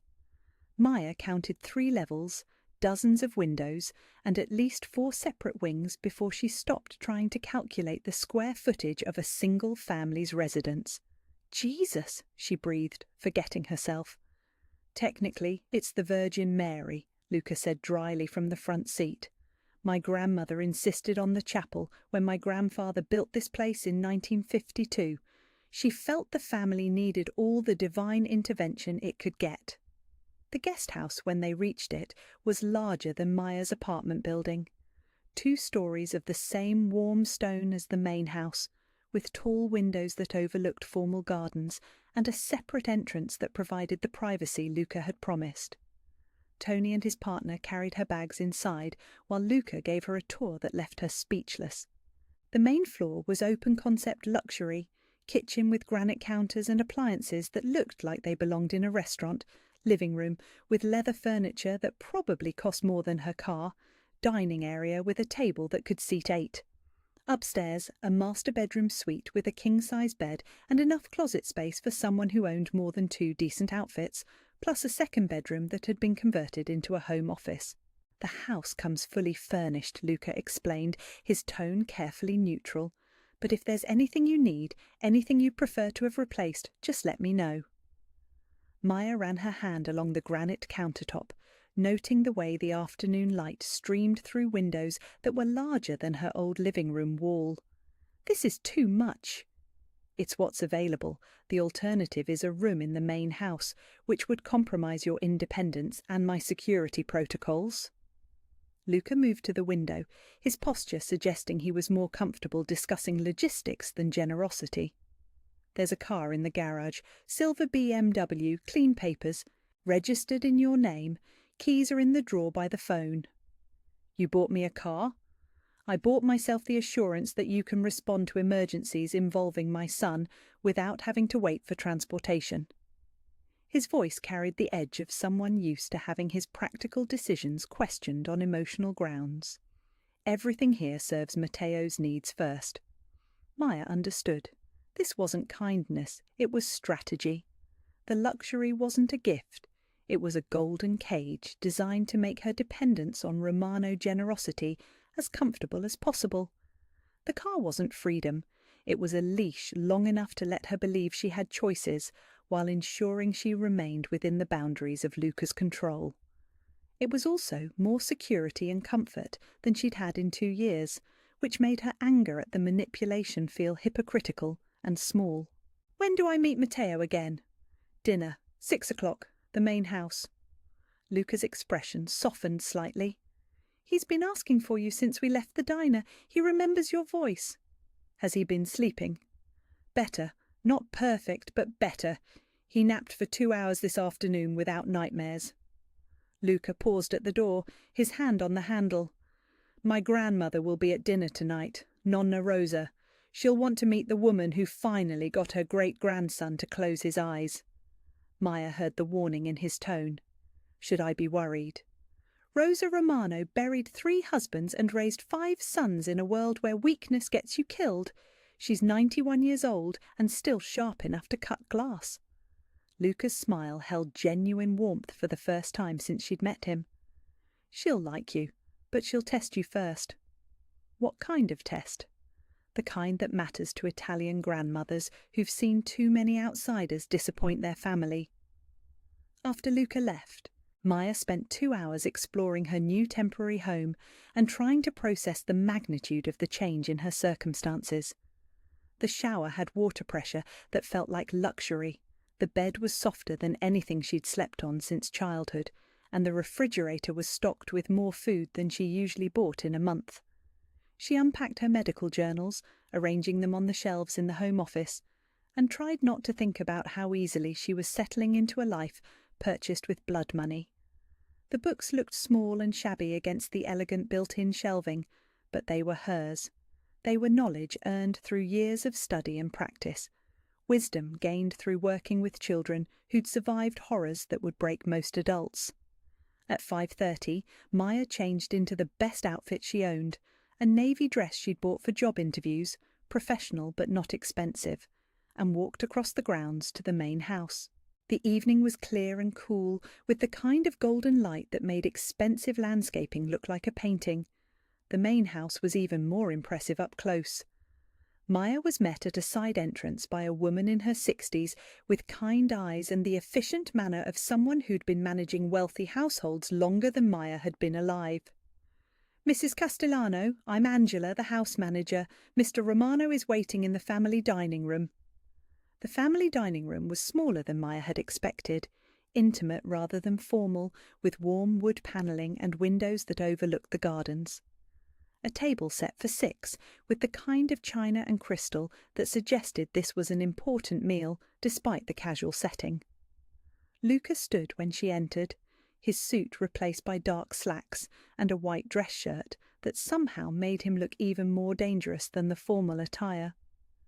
But it was the small boy at his side that made Maya's heart contract with recognition and relief. And Matteo looked better, still pale, still too thin, but his enormous brown eyes were alert rather than glazed with exhaustion. When he saw Maya, his face lit up with the first genuine smile she'd witnessed from him. "Maya." He broke away from his father and ran to her, wrapping his small arms around her waist with the fierce desperation of a child who'd found his anchor in a storm. "Ciao, piccolo principe," Maya murmured, kneeling to his level and switching automatically to the Italian that seemed to comfort him. "Come, Stai, how are you feeling?" "Meglio," he whispered against her shoulder. "Better. I dreamed about Mama, but it wasn't scary. She was singing." Maya felt tears prick her eyes at the quiet triumph in his voice. Progress. Small, tentative, but real. "That's wonderful, sweetheart. Dreams about people we love don't have to be frightening. Sometimes they're gifts." A throat being cleared made Maya look up to find an elderly woman watching the interaction with sharp, dark eyes that missed nothing. Rosa Romano was small and elegant, with silver hair swept into a perfect chignon and the kind of bone structure that suggested she'd been beautiful her entire life. She wore a simple black dress that probably cost more than Maya's monthly rent, and she carried herself with the unconscious authority of someone who'd spent decades as the unchallenged queen of her domain. "Nonna Rosa," Luca said smoothly, "this is Maya Castellano." "Castellano?" Rosa's voice carried the faint accent of someone who'd learned English as a second language, but had perfected it through decades of use. "A good Sicilian name. From where in the old country?" Maya straightened, still holding Matteo's hand. "My great-grandparents were from Palermo, signora, the Vucciria district." Rosa's eyes sharpened with interest. "Vucciria. My husband's family had a shop near the market there. What was your great-grandfather's trade?" "Falinar, a carpenter. He built fishing boats before the war." "And during the war?" Maya felt the weight of the question, the sense that her answer would determine whether she was accepted or dismissed. He hid Jewish families in the boats he was repairing, helped them reach American ships in the harbour. The Nazis shot him for it in 1943. The silence that followed was profound. Rosa Romano studied Maya's face with the intensity of someone reading a map to buried treasure. Then she smiled, and her entire demeanour transformed from suspicious matriarch to welcoming grandmother. "Un uomo d'onore," she said softly, "a man of honour. Sit, child, you belong at this table." Dinner was a revelation. Maya had expected formal protocol and careful conversation, but instead found herself part of a family meal that felt surprisingly normal despite the expensive surroundings. Rosa told stories about the old neighbourhood in Sicily. Luca discussed improvements to the estate's security with the casual tone of someone planning garden renovations. And Matteo ate more food than Maya had seen him consume in their brief acquaintance. But it was the moment when Rosa suddenly switched to rapid-fire Sicilian, her words coming so fast that Maya had to concentrate to follow, that Maya realized she was still being tested. "Dimmi, piccola," Rosa said, her dialect thick with the particular rhythm of Palermo street Italian. "What do you see when you look at my great-grandson?" Maya answered in the same dialect, her grandmother's lessons coming back with surprising ease. "I see a brave little boy who's carrying a burden too heavy for his shoulders. I see someone who loves so deeply that losing his mama almost broke his heart. I see resilience that will make him stronger than the men who hurt his family, when he's ready." Rosa's smile was radiant. "Perfect. And when you look at my grandson?" Maya glanced at Luca, who was watching the exchange with the expression of someone who understood he was being discussed, but not what was being said. "I see a father who would tear the world apart to keep his son safe. I see a man who's forgotten that strength and gentleness aren't opposites." "And when you look at yourself in this house?" The crucial question. Maya took a breath, aware that everyone at the table was waiting for her response, even if they couldn't understand it. "I see someone who's been given a chance to use skills she thought were lost forever. I see someone who's going to help this family heal and then decide whether she belongs in their world permanently." Rosa nodded slowly, then switched back to English. "Luca, this one stays. I like her." "I'm glad you approve, Nonna." "Approval is for business partnerships. This is family." Rosa reached over and patted Maya's hand with surprising warmth. "Welcome home, dear." Maya felt something tight in her chest, loosen at the words. For the first time in 18 months, she was sitting at a table where she felt wanted rather than tolerated, valued rather than invisible. It wasn't until later, when she was walking back to the guest house under a canopy of stars she'd never been able to see from her apartment window, that Maya allowed herself to acknowledge the truth she'd been avoiding all day. She was already falling in love with this borrowed life. The question was whether she'd be strong enough to walk away when the time came, or wise enough to recognize if that time never arrived. 3 weeks into her new life, Maya had established a rhythm that felt almost normal if she ignored the armed guards patrolling the gardens and the bulletproof glass in every window. Mornings began at 7 with Matteo's gentle knock on her door, followed by breakfast in the guest house kitchen where he could eat without the formal pressure of the main house dining room. Simple routines: scrambled eggs, toast cut into triangles, orange juice in the plastic cup he preferred because it reminded him of being small and safe. Maya had learned that trauma lived in the details, and healing happened through the patient restoration of tiny comforts. "Today we paint?" Matteo asked in careful English, his accent a charming blend of Italian musicality and 5-year-old pronunciation challenges. "Today we paint," Maya confirmed, tying his small apron around his waist. "What do you want to create?" Art therapy had been Maya's specialty during her time at Children's Hospital. Where words failed, traumatized children, colours and shapes often succeeded in expressing emotions too complex for young minds to articulate. She'd converted the guest house's second bedroom into a makeshift therapy space. Easels at child height, washable paints, paper in every size, and most importantly, no judgment about the results. Matteo's early paintings had been exactly what Maya expected from a child processing violent trauma: black scribbles that consumed entire sheets of paper, red slashes that looked like wounds, figures with no faces, or faces with mouths open in silent screams. Maya had documented each one, not as evidence of pathology, but as proof of a healing mind working to process the unprocessable. But today's painting was different. Matteo worked with careful concentration, his small tongue poking out slightly as he focused on mixing colours on his palette. The base was still dark, the nighttime blues and purples that had become his signature. But for the first time in weeks, there were other colours layered on top. Yellow dots that might have been stars, green shapes that could have been trees, and in the centre, barely visible unless you knew what to look for, a tiny figure in a white dress. "Tell me about your painting, Piccolo Principe," Maya said softly, crouching beside his easel. "It's night-time, but not scary night-time, safe night-time." Matteo pointed to the yellow dots with pride. "Stars, like Nonna Rosa showed me from her window, and trees, like in the garden where we walk." "And this person?" Maya indicated the figure in white. Matteo's brush stilled. "That's Mama, but not dead Mama, angel Mama watching over Matteo and Papa and Maya." The words hit Maya like a physical blow. In 3 sentences, this child had articulated what months of traditional therapy had failed to achieve: the beginning of healthy grief processing, the ability to maintain connection with his deceased mother while accepting her death, and most remarkably, the expansion of his protective mental image to include his father and his new caregiver.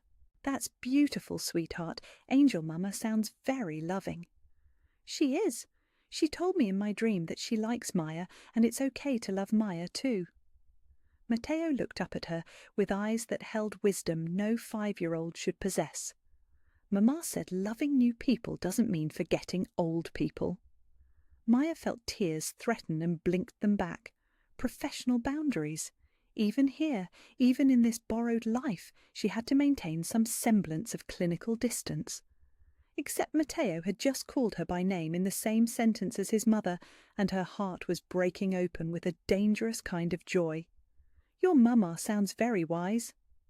"Mama."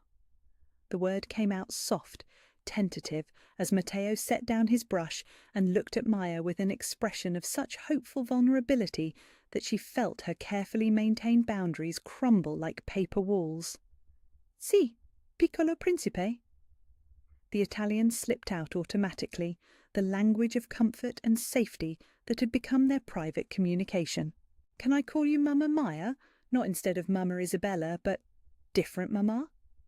The professional Maya should have redirected this attachment, should have explained the importance of maintaining clear relationships and not replacing his deceased mother.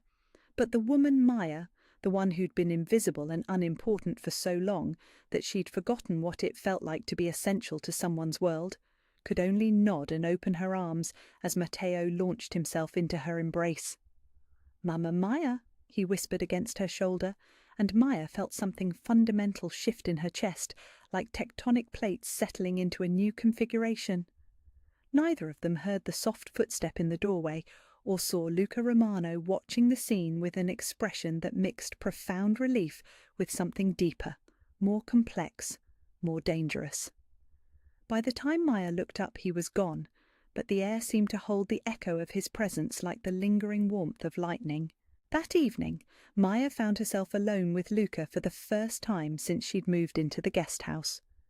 Matteo was sleeping, genuine, peaceful sleep that lasted longer each night, and Nonna Rosa had retired early with what she claimed was a headache, but Maya suspected was strategic withdrawal. "Walk with me," Luca said, appearing at her door with the sudden quiet that seemed to be his natural state. "There's something I want to show you." Maya grabbed a sweater and followed him through gardens that looked like something from a Renaissance painting under the soft illumination of hidden landscape lighting. They walked in comfortable silence past the formal rose beds, through the herb garden that supplied the kitchen, around the ornamental pond where koi moved like living jewels beneath the surface. "He called you Mama today," Luca said finally, his voice carrying undertones Maya couldn't identify. He needed permission to expand his definition of love without guilt. It's a healthy development in his grief processing. The clinical explanation came automatically, a shield against the emotional complexity of the situation. "That's not what I meant." Maya stopped walking and turned to face him.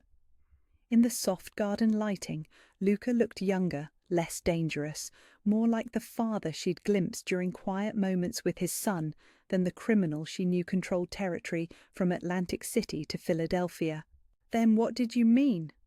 "I meant that watching my son choose to love someone again after everything he's lost was the first time I've breathed freely since Isabella died." Luca's voice was rougher than usual, stripped of its careful control. I meant that seeing him trust someone enough to call them Mama made me realise how fucking terrified I've been that he was broken beyond repair. The profanity was jarring, coming from someone who usually spoke with the precision of expensive education, but Maya found it oddly comforting, real emotion, human reaction, the cracks in the armour that showed her she wasn't the only one struggling with boundaries. He's not broken, he's wounded. There's a difference. And the woman who's healing him? Luca stepped closer, close enough that Maya could smell his cologne, something expensive and subtle that made her think of warm leather and midnight conversations. What is she? Maya felt heat rise in her cheeks, awareness crackling between them, like static electricity before a storm. She's someone who's very good at her job. Is that all? The question hung between them, loaded with implications that made Maya's pulse quicken. She could lie, should lie.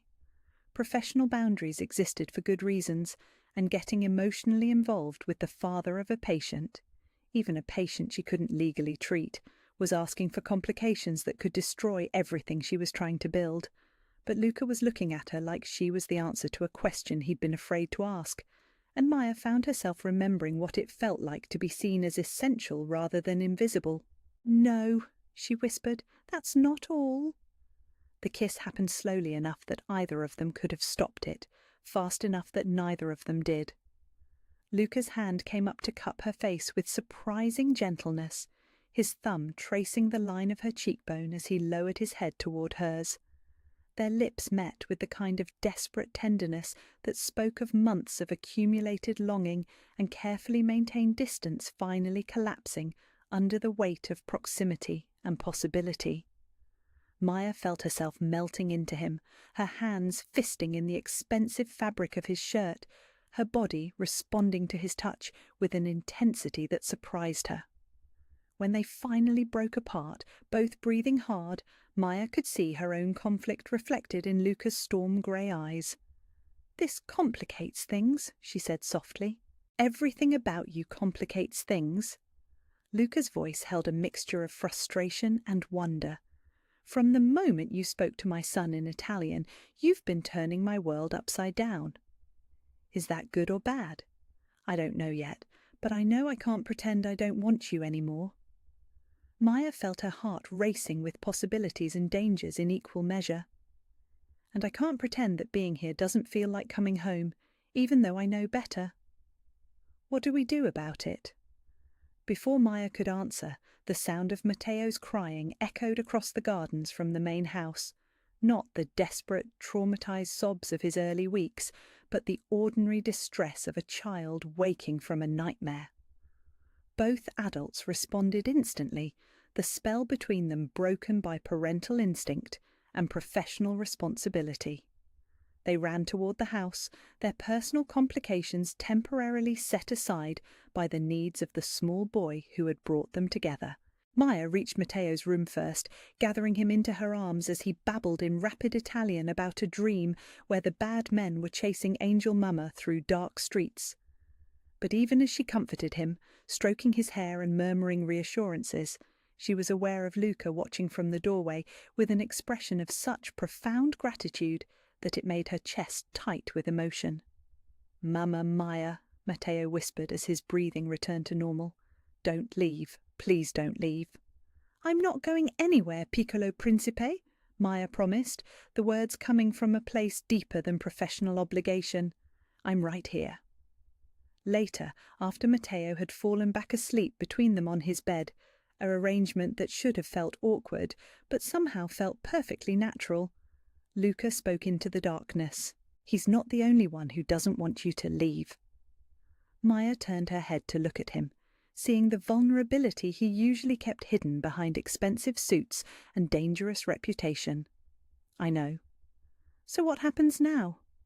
Maya thought about the question, about the life she'd built from necessity and the life that was being offered through love, about the difference between surviving and living, about the courage required to choose happiness even when it came wrapped in complications and danger.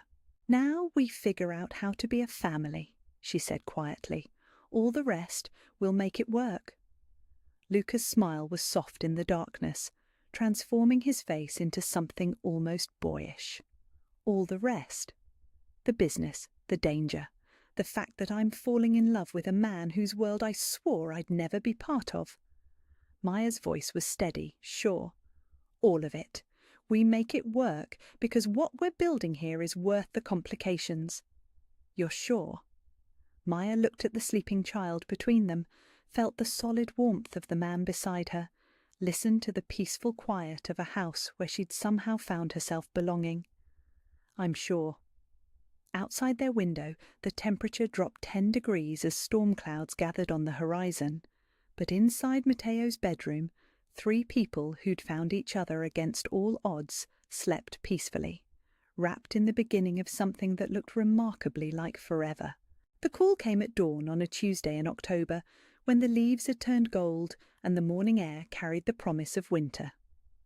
Maya was making coffee in the guest house kitchen, watching Matteo through the window as he played in the garden with the kind of carefree abandon that had taken weeks to coax back into existence.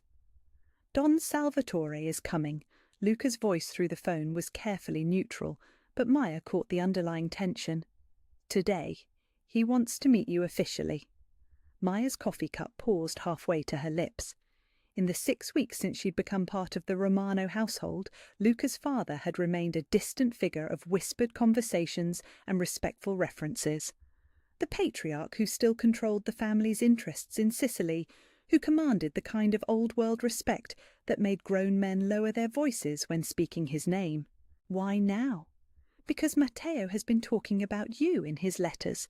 Because my grandmother has been singing your praises in every phone call. Because the family needs to see for themselves that the woman raising the next generation of Romanos is worthy of the responsibility. The weight of expectation settled on Maya's shoulders like a lead blanket. And if I'm not? If I don't pass whatever test he has planned? Luca's silence lasted long enough to be an answer in itself. Dress formally, he said finally, and prepare yourself to defend everything you've built here. 2 hours later, Maya stood in her bedroom staring at a closet that had been mysteriously restocked during her first week at the estate. Designer clothes in her exact size, jewellery that looked antique and expensive, shoes that probably cost more than her old monthly salary. All of it chosen by someone with impeccable taste and an understanding that she would eventually need to look the part of a Romano family member. She selected a navy blue dress that was elegant without being ostentatious, pearl earrings that had belonged to someone's grandmother, and shoes that were beautiful enough to show respect without being so expensive as to seem presumptuous. When she looked in the mirror, she barely recognized herself. The exhausted waitress had been replaced by someone who looked like she belonged in this world of old money and older secrets. "Maya!" Matteo burst through her door without knocking, a privilege she'd granted him early in their relationship. "Papa says Nonno Salvatore is coming. He brings candy from Italy." "Does he?" Maya knelt to straighten Matteo's tie, a miniature version of his father's formal attire. "And what else does Nonno Salvatore do when he visits?" "He tells stories about the old country and makes Papa stand up straighter." Matteo giggled at his own observation. "And he speaks the really fast Italian that makes my head hurt." Maya's stomach clenched. If Don Salvatore spoke in the old dialect, the rapid-fire Sicilian that her grandmother had taught her, but that she hadn't used in years, she would need every ounce of concentration to keep up. One linguistic stumble, one misunderstood phrase, could mark her as an outsider pretending to belong. The patriarch arrived with the kind of ceremony that Maya had learned to associate with Romano family business. Black sedans with tinted windows, men in expensive suits who moved with the fluid precision of professional bodyguards, and an air of barely contained power that seemed to bend the very atmosphere around it. Don Salvatore Romano was smaller than Maya had expected, but he carried himself with the kind of authority that made physical presence irrelevant. Somewhere in his 70s, with silver hair swept back from a face that suggested he'd been handsome in his youth and remained formidable in his age. His suit was perfectly tailored, his shoes were Italian leather, and his dark eyes missed absolutely nothing as they swept the main house's entry hall. "Nonno!" Matteo broke free from his father's restraining hand and launched himself at his grandfather with the fearless joy of a child who had never doubted his welcome. Don Salvatore's stern expression melted into something approaching tenderness as he caught his great-grandson, lifting him with surprising strength for a man his age. The rapid Italian that followed was too fast for Maya to follow completely, but she caught enough to understand that Matteo was excitedly describing his paintings, his improved sleep, and his Mamma Mia who makes everything better. When Don Salvatore's eyes found Maya across the room, she felt the full weight of his assessment. This was a man who had built an empire through the careful calculation of human worth, who had survived decades in a world where the wrong judgment could mean death. He studied her face, her posture, her hands, her shoes, processing information with the methodical precision of someone for whom first impressions were often final impressions. "So," he said, his English accented but perfect, "you are the woman who has accomplished what $10,000 worth of doctors could not." Maya stepped forward, her grandmother's lessons in Sicilian etiquette flooding back like muscle memory. "Don Salvatore, sono onorata di conoscerla. I am honored to meet you." "Sicilian," he noted with approval, "not the bastardized Italian they teach in American schools. Where did you learn?" "Mia nonna, signore, Maria Castellano, nata Messina, from Palermo, Vucciria district." Maya felt herself slipping into the formal cadence that respect demanded. "She taught me that language carries culture, and culture carries honour." Don Salvatore's eyes sharpened with interest. "Messina? I knew a Carlo Messina in the old neighbourhood. Carpenter, built fishing boats." "Mio bisnonno, my great-grandfather." Maya felt her pulse quicken. "He was killed by the Nazis in 1943 for hiding Jewish families." "Ah." Don Salvatore nodded slowly, and something in his expression shifted. "I remember the stories. Carlo the Righteous, they called him. The man who built hiding places in his boats and asked no payment except that the families survive." The silence that followed was heavy with implication. Maya realized that this wasn't just small talk, it was verification. Don Salvatore was confirming her story, checking the accuracy of details that could be easily fabricated by someone trying to impress. "My father owes his life to your great-grandfather's boats," Don Salvatore continued, his voice carrying the weight of old debts and older honours. "Giuseppe Romano, 10 years old, hidden in a fishing vessel while the Germans searched house to house. Your Carlo saved 43 people that way before they caught him." Maya felt the ground shift beneath her feet. This wasn't just a connection, it was a blood debt spanning generations. "Then I am doubly honoured to meet you, signore." "And I am beginning to understand why my great-grandson speaks of you as if you hung the stars." Don Salvatore moved closer, his assessment becoming more personal, more invasive. "But blood connections do not guarantee character, and old debts do not ensure new loyalties. Tell me, Maya Castellano, why should I trust you with the future of my family?" The question hung in the air like a blade poised to fall. Maya was aware of Luca watching from across the room, of Nonna Rosa standing in the doorway with her hands folded, of Matteo clinging to his grandfather's leg while looking between the adults with the intuitive awareness that important things were being decided. "Because I love them," Maya said simply. "Not the money, not the power, not the protection. Them. Matteo, who draws pictures of angels and calls me Mama with such trust it breaks my heart. Luca, who would burn the world to keep his sons safe. Nonna Rosa, who welcomed me like a daughter when I had no family. Because loving them costs me nothing and gives me everything, and that kind of love doesn't ask permission from anyone." Don Salvatore studied her face for what felt like an eternity. Then he smiled, and his entire demeanour transformed from intimidating patriarch to approving grandfather. "Bene, good answer." He switched suddenly to rapid Sicilian, his words coming so fast that Maya had to concentrate completely to follow. But love is not enough in our world, little one. Love makes you vulnerable. Love gives enemies targets. Love can be turned against you by those who understand its power. Maya responded in the same dialect, her grandmother's lessons carrying her through the linguistic complexity. Then it's fortunate that I'm not just someone who loves this family, but someone who understands how to protect what I love. I may not have grown up in your world, Don Salvatore, but I've learned that the people worth keeping are worth fighting for. And you would fight? A woman who spent her life healing children? A woman who spent her life healing children knows exactly how much damage the world can do to innocence. Yes, signore, I would fight. Don Salvatore's laugh was rich with genuine approval. Luca, you have chosen well. This one has steel beneath the softness. He turned back to Maya, his expression now warmly paternal. The debt my family owes yours is now balanced by the gift you have given us. Matteo sleeps peacefully, my son smiles again, and my mother speaks of you as if you were born a Romano. Consider yourself officially welcomed into this family, Maya Castellano, with all the protections and responsibilities that entails. The formal acceptance felt like a crown being placed on her head, beautiful, precious, and impossibly heavy. Grazie, Don Salvatore.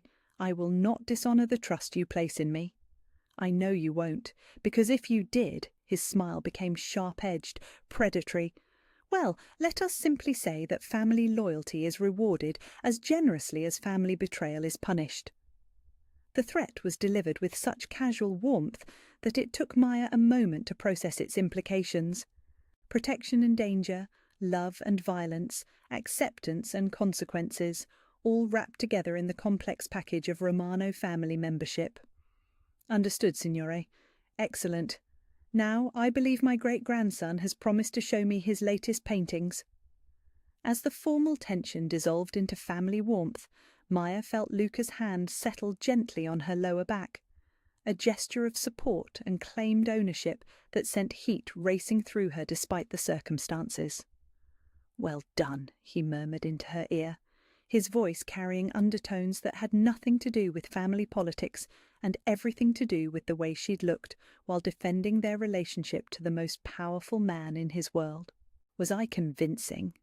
Terrifyingly so. Luca's smile was soft with pride and hot with possession. I think my father may actually be a little afraid of you. Should he be? Probably. Anyone who can make Matteo this happy and make me this crazy is definitely dangerous. Maya was about to respond when Matteo's voice carried across the room, bright with excitement, as he dragged his grandfather toward his latest artwork. "No, no, look! This is Angel Mama, and this is Papa, and this is Mama Maya, and we're all together in the safe place." Don Salvatore examined the painting with the serious attention he might have given a business contract. "Tell me about the safe place, Piccolo." "It's where families stay together forever, and the bad men can't find them, and everyone is happy." Matteo pointed to each figure in the painting. "Angel Mama watches from the sky, and Papa and Mama Maya take care of everyone on the ground." "A beautiful family," Don Salvatore said solemnly, "and well protected, I see." Maya felt tears threaten as she watched 3 generations of Romano men bonding over a child's vision of perfect security. This was what she was protecting now, what she was choosing to build her life around. Later that evening, after Don Salvatore had retired to the guest suite and Matteo had fallen asleep between stories about Sicily and promises of summer visits to the old country, Maya found herself alone with Luca in his study. "So," she said, settling into the leather chair across from his desk, "I'm officially family now." "Officially family," Luca confirmed, pouring 2 glasses of wine that probably cost more than her former monthly rent, "with all the benefits and complications thereof, such as protection from my enemies, access to resources most people can't imagine, the kind of security that means you'll never have to worry about money, safety, or medical care again." He handed her the wine, his fingers brushing hers with deliberate intimacy. Also, the knowledge that leaving now would be complicated. How complicated? Luca's smile was gentle, but his eyes were serious. Let's just say that people who become family don't usually become former family. We invest heavily in permanent relationships. Maya sipped the wine, processing the elegant cage that had just closed around her. And if I wanted to leave, hypothetically... Hypothetically! Luca moved around the desk to lean against it, close enough to touch but not touching. My father would ask questions about why the woman we trusted with our most precious secrets and our most vulnerable family member suddenly wanted out. Those questions would be thorough. I see. But practically speaking, you won't want to leave, because this... He gestured to encompass not just the room but the life, the family, the security. This is what you've been looking for your whole life without knowing it. A place where you belong, people who need you, a chance to use your gifts for something that matters. Maya looked around the study, taking in the expensive books, the artwork, the photograph of Matteo on the desk that showed him genuinely smiling for the first time since his mother's death. You're right, she said quietly. I don't want to leave. I'm terrified of how much I don't want to leave. Fear is natural. This world isn't easy to navigate, even with protection. It's not your world I'm afraid of. It's how easily I'm adapting to it. Maya met his eyes directly. 6 months ago, I was invisible. Nobody cared if I lived or died. Now I'm sitting in a mansion drinking wine that costs more than I used to make in a week, and it feels normal, like I was always meant to be here. Luca set down his wine and moved closer, his hands settling on the arms of her chair. Maybe you were. Maybe everything that happened before, the lost license, the poverty, even finding my son in that diner, maybe it was all leading to this.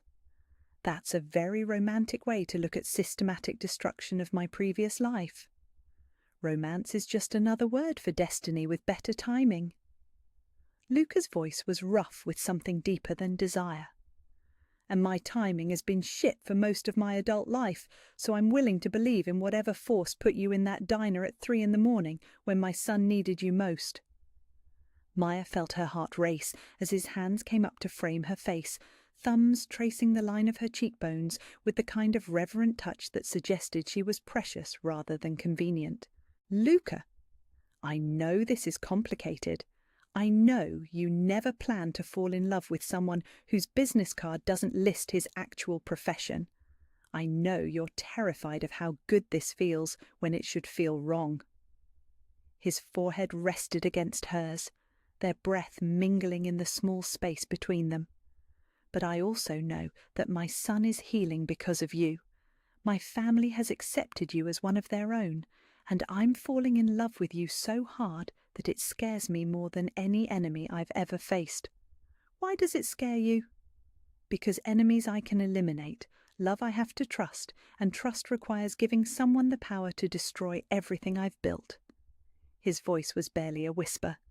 You could destroy me, Maya, not with betrayal or violence, but just by walking away. And I've never given anyone that kind of power before. Maya felt tears slip down her cheeks at the raw vulnerability in his confession. I could never walk away from Matteo, or from you. This family has become my family. This life has become my life, and I'm in too deep to pretend otherwise. Promise me. Promise you what? That no matter what happens, no matter what complications come, no matter what my world throws at us, you won't walk away without giving us a chance to fix it. Maya looked into his storm-grey eyes and saw her own fears and hopes reflected back. I promise, but I need the same promise from you, that you won't shut me out when things get dangerous, won't try to protect me by pushing me away, won't decide what I can and can't handle. Deal. They sealed the agreement with a kiss that tasted like expensive wine and promises that would be tested by forces neither of them could yet imagine. Outside the study windows, storm clouds gathered on the horizon, and in the shadows beyond the estate's security lights, eyes watched and plans began to take shape. But inside the warm circle of lamplight and leather chairs, an ancient family loyalty, two people who had found each other against all odds held tight to what they were building, unaware that their greatest test was already in motion. The first sign of trouble came at 4:17 a.m. on a Wednesday in November, when Maya woke to the sound of boots on gravel and voices speaking in the clipped tones of men who expected to be obeyed without question. She slipped from her bed and moved to the window, careful to stay behind the heavy curtains as she peered out at the main house. Black SUVs filled the circular drive, their engines still running, exhaust visible in the cold air like dragon's breath. Men in tactical gear moved with military precision across the grounds, and even at this distance, Maya could see the hard angles of automatic weapons held with practiced ease. This wasn't a social call. Her phone buzzed with a text from Luca. "Safe room, now, bring overnight bag." Maya's hands moved without conscious thought, grabbing the emergency pack she'd prepared during her second week at the estate.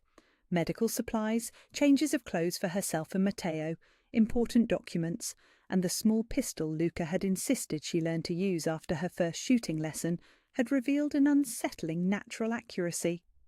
The safe room was located in the basement of the main house, accessed through a concealed door behind a bookshelf in Luca's study. Maya had been shown its location during her first week, along with the protocols for lockdown situations and the communication systems that would keep her connected to the security team.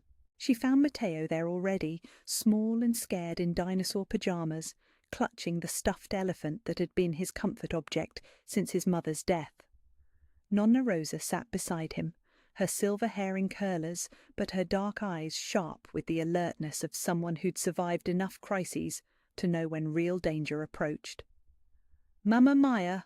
Matteo launched himself into her arms with the desperate relief of a child who'd been afraid she wouldn't come. "I had the bad dream again, but then the loud noises were real?" "It's okay, piccolo principe," Maya murmured, settling him on her lap and smoothing his dark hair. "We're safe here. This is just Papa being extra careful." The safe room was larger than Maya had expected, furnished like a luxury hotel suite, but with the obvious additions of reinforced walls, multiple communication systems, and enough supplies to sustain a small group for several days. The air filtration system hummed quietly in the background, and the lighting was warm and welcoming rather than harsh and institutional. "How bad is it?" Maya asked Nonna Rosa in quiet Italian, not wanting to frighten Matteo further. "Bad enough that my grandson activated the highest level of security protocols." Rosa's voice was steady, but Maya caught the thread of concern beneath her composure. "The Torino family has been making moves against our territory for weeks. Intelligence suggests they're planning something significant." Maya felt cold fear settle in her stomach. The Torino family, Isabella's birth family, the ones who'd killed her for marrying outside their organisation and bearing a child who would never truly belong to their bloodline. "They're coming for Matteo," Maya whispered, the words barely audible. "They're coming for all of us. Matteo, because he's Isabella's son and Luca's heir. You, because you've become important enough to hurt us by losing you. Me, because I'm the family matriarch, and killing me would be a statement about our vulnerability." The clinical assessment should have been terrifying, but instead Maya found herself shifting into the same professional calm that had served her during medical crises. Panic helped no one. Analysis and preparation were what kept people alive. "What do we need to do?" Before Rosa could answer, the communication system crackled to life with Luca's voice, tense but controlled. "Status report. Everyone accounted for?" "We're here," Maya responded, lifting the handset. "All safe. What's happening up there?" "Coordinated probe of our perimeter defences. 12 vehicles, approximately 40 personnel. They're testing response times and looking for weaknesses." Background noise suggested Luca was moving while he spoke, probably between security stations. "Intelligence indicates this is reconnaissance for a larger operation planned within the next 72 hours. "What kind of operation?"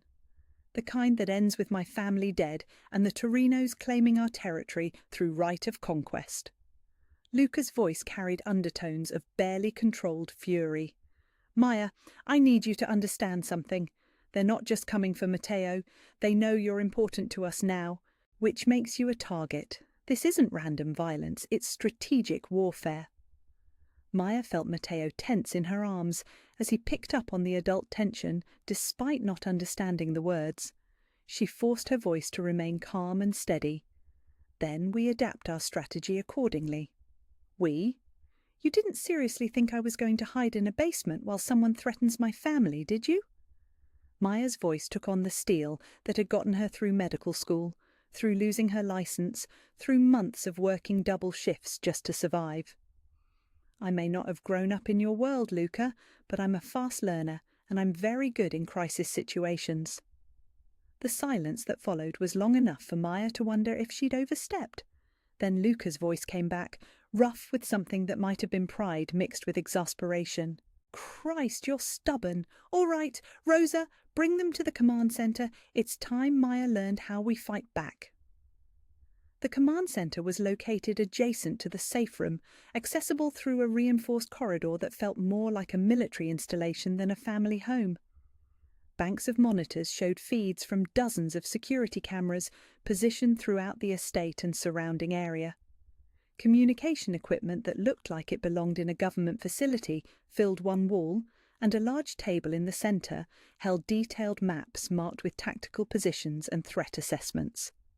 Luca stood at the center of it all, his casual clothes replaced by black tactical gear that transformed him from businessman to warrior. Maya had known intellectually that he was dangerous, but seeing him in his element, coordinating defensive positions, analyzing intelligence reports, making decisions that would determine who lived and who died, she realized she had only seen the surface of what he was capable of. Torino forces have pulled back for now, he reported without looking up from the tactical display. But they'll be back with more personnel and better intelligence about our defensive capabilities.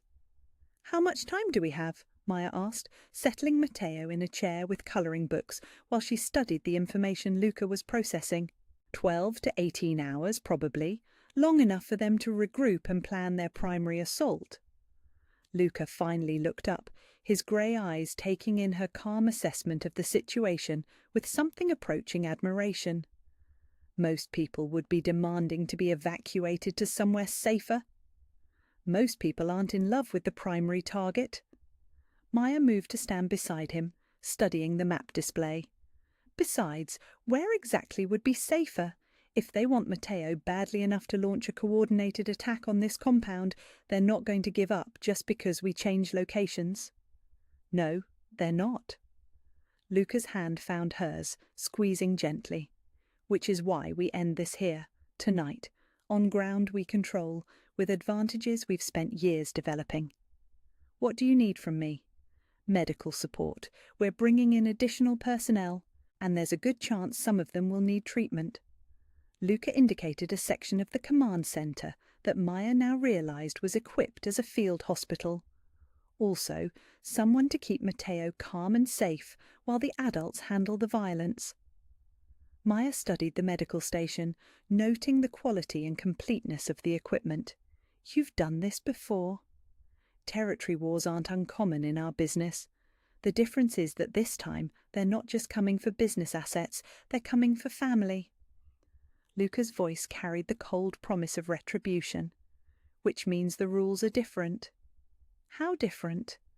The kind of different where we don't take prisoners, we don't show mercy, and we make sure everyone understands that attacking Romano family members is the last mistake they'll ever make. Maya should have been horrified by the casual discussion of lethal violence. Instead, she found herself nodding with grim understanding. These people had murdered Isabella in front of her child. They were now threatening that same child, along with the elderly grandmother who'd welcomed Maya like a daughter and the man she'd fallen in love with against all logic and self-preservation. What do you need me to do? Luca's smile was sharp with predatory approval. Help me turn this compound into a fortress they can't penetrate, and be ready to patch up anyone who gets hurt in the process. The next 6 hours passed in a blur of preparation that revealed the true scope of Romano family resources. Personnel arrived from locations Maya hadn't known existed. former military specialists, intelligence operatives, security experts who spoke in tactical acronyms and handled weapons like extensions of their own bodies. Maya found herself running a field medical station with supplies that would have impressed a military medic, treating everything from equipment-related cuts to stress-induced panic attacks among the younger security personnel. Her nursing training had never covered combat medicine, but the basic principles remained the same. Stop bleeding, prevent shock, keep people functional long enough to survive whatever was coming. "You're good at this," commented Tony, Luca's lieutenant, as Maya finished suturing a gash on his forearm caused by installing razor wire along the perimeter fence. "Crisis management translates across fields," Maya replied, applying antibiotic ointment with practiced efficiency. "Medical emergencies, security emergencies, the core skills are similar. Stay calm, assess rapidly, prioritize based on severity." Most civilians would be useless in a situation like this. Too much panic, too many questions about why we can't just call the police. Maya looked up at him with a slight smile. "I stopped being most civilians the day I chose to stay here, and as for calling the police..." She gestured toward the command center, where Luca was coordinating with law enforcement contacts who were being paid to respond slowly to any calls from the Torino side. "Sometimes the most effective law enforcement is the kind you handle privately." Tony's grin was approving. "You're going to fit in just fine in this family." As evening approached, Maya found herself in the strange position of serving dinner to a dozen armed men who discussed ammunition counts and exit strategies between bites of Nonna Rosa's homemade pasta. Matteo, remarkably adaptable in the way of children, had appointed himself assistant to the tactical team, offering coloured pencils for map marking and asking earnest questions about why the bad men wanted to play such violent games. "Mamma Maya," he said quietly as she tucked him into the reinforced bedroom that had been prepared for the night ahead. "Are you scared?" Maya considered lying, then decided he deserved honesty. "A little, sweetheart, but being scared doesn't mean we're not safe. It just means we're paying attention to danger so we can protect ourselves. Papa will make the bad men go away. Papa and all his friends will make sure no one hurts our family, and if they need help, Mamma Maya knows how to help too." Matteo's eyes widened with interest. "You know how to fight bad men?" "I know how to take care of people who get hurt fighting bad men, which is just as important." Maya smoothed his hair, noting how much calmer he seemed, despite the obvious tension throughout the compound. Progress. Even in crisis, he was learning to trust that the adults in his life could handle danger. "Now sleep, Piccolo Principe. Tomorrow we'll paint new pictures about brave families who protect each other." "Will Angel Mama help Papa fight?" Maya felt tears threaten at the innocent question. "I think Angel Mama is always helping, sweetheart. She's just doing it in ways we can't see." As Matteo drifted off to sleep, Maya returned to the command center where the final preparations were being completed. Motion sensors armed, defensive positions manned, communication protocols established. The compound had been transformed into a fortress that could withstand a small army. "They'll come just before dawn," Luca predicted, studying the latest intelligence reports.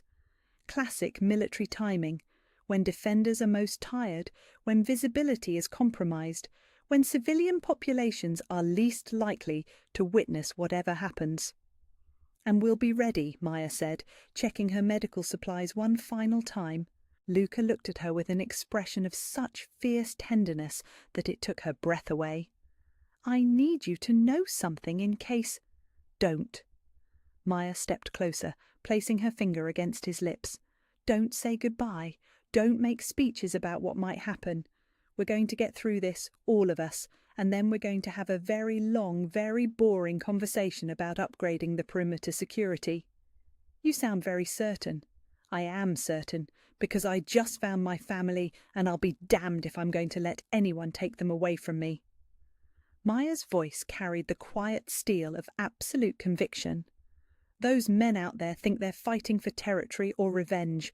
We're fighting for love. Guess which motivation makes people more dangerous?"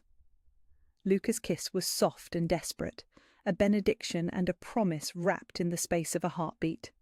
I love you, Maya Castellano. I love you too. Luca Romano, now let's go protect our son. Outside the reinforced windows, the temperature dropped 10 degrees as storm clouds gathered overhead, and in the darkness beyond the security lights, engines began to start and weapons began to load. The battle for the Romano family was about to begin. 3 days after the Torino assault had been repelled, with casualties on their side and none on the Romano side, thanks to superior positioning and Maya's field medical work that had kept 2 wounded guards functional until the threat was neutralized, Maya noticed the inconsistencies. Small things. Details that wouldn't have registered if she hadn't spent years documenting patient behavior for medical records, noting the tiny variations that often revealed larger patterns of distress or deception. Antonio Romano had been 15 minutes late to the post-crisis family meeting, arriving with mud on his Italian leather shoes, despite the fact that it hadn't rained in 4 days. His explanation about checking the damaged sections of the perimeter fence was reasonable, except Maya had watched the security footage with Luca that morning, and no one had been assigned to inspect that area. During dinner, when Nonna Rosa mentioned the bravery of the security team, Antonio had nodded and praised our boys for their courage under fire. But Maya had been running medical triage during the entire engagement, and she hadn't seen Antonio treat a single wounded man, hadn't heard his voice on the communications network, hadn't witnessed him in any of the defensive positions that every other family member had manned. Most telling of all was the way he looked at Matteo during their daily art therapy session. Where other family members watched the boy's recovery with joy and relief, Antonio's expression held something calculating, distant, as if he were evaluating an asset rather than celebrating a nephew's healing. Maya had learned to trust her instincts during her nursing career. The ability to spot patterns in patient behavior, to catch the subtle signs that indicated complications before they became critical, had saved lives and advanced her reputation as someone who could predict problems before they manifested. Now those same instincts were screaming warnings about Luca's uncle. "Tell me about the night Isabella died," Maya said quietly, settling into the leather chair across from Luca's desk in his study. It was 11 p.m., 3 weeks after the failed Torino assault.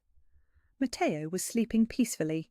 Full nights of uninterrupted rest had become his new normal, and the household had settled into the kind of comfortable routine that suggested the immediate crisis had passed.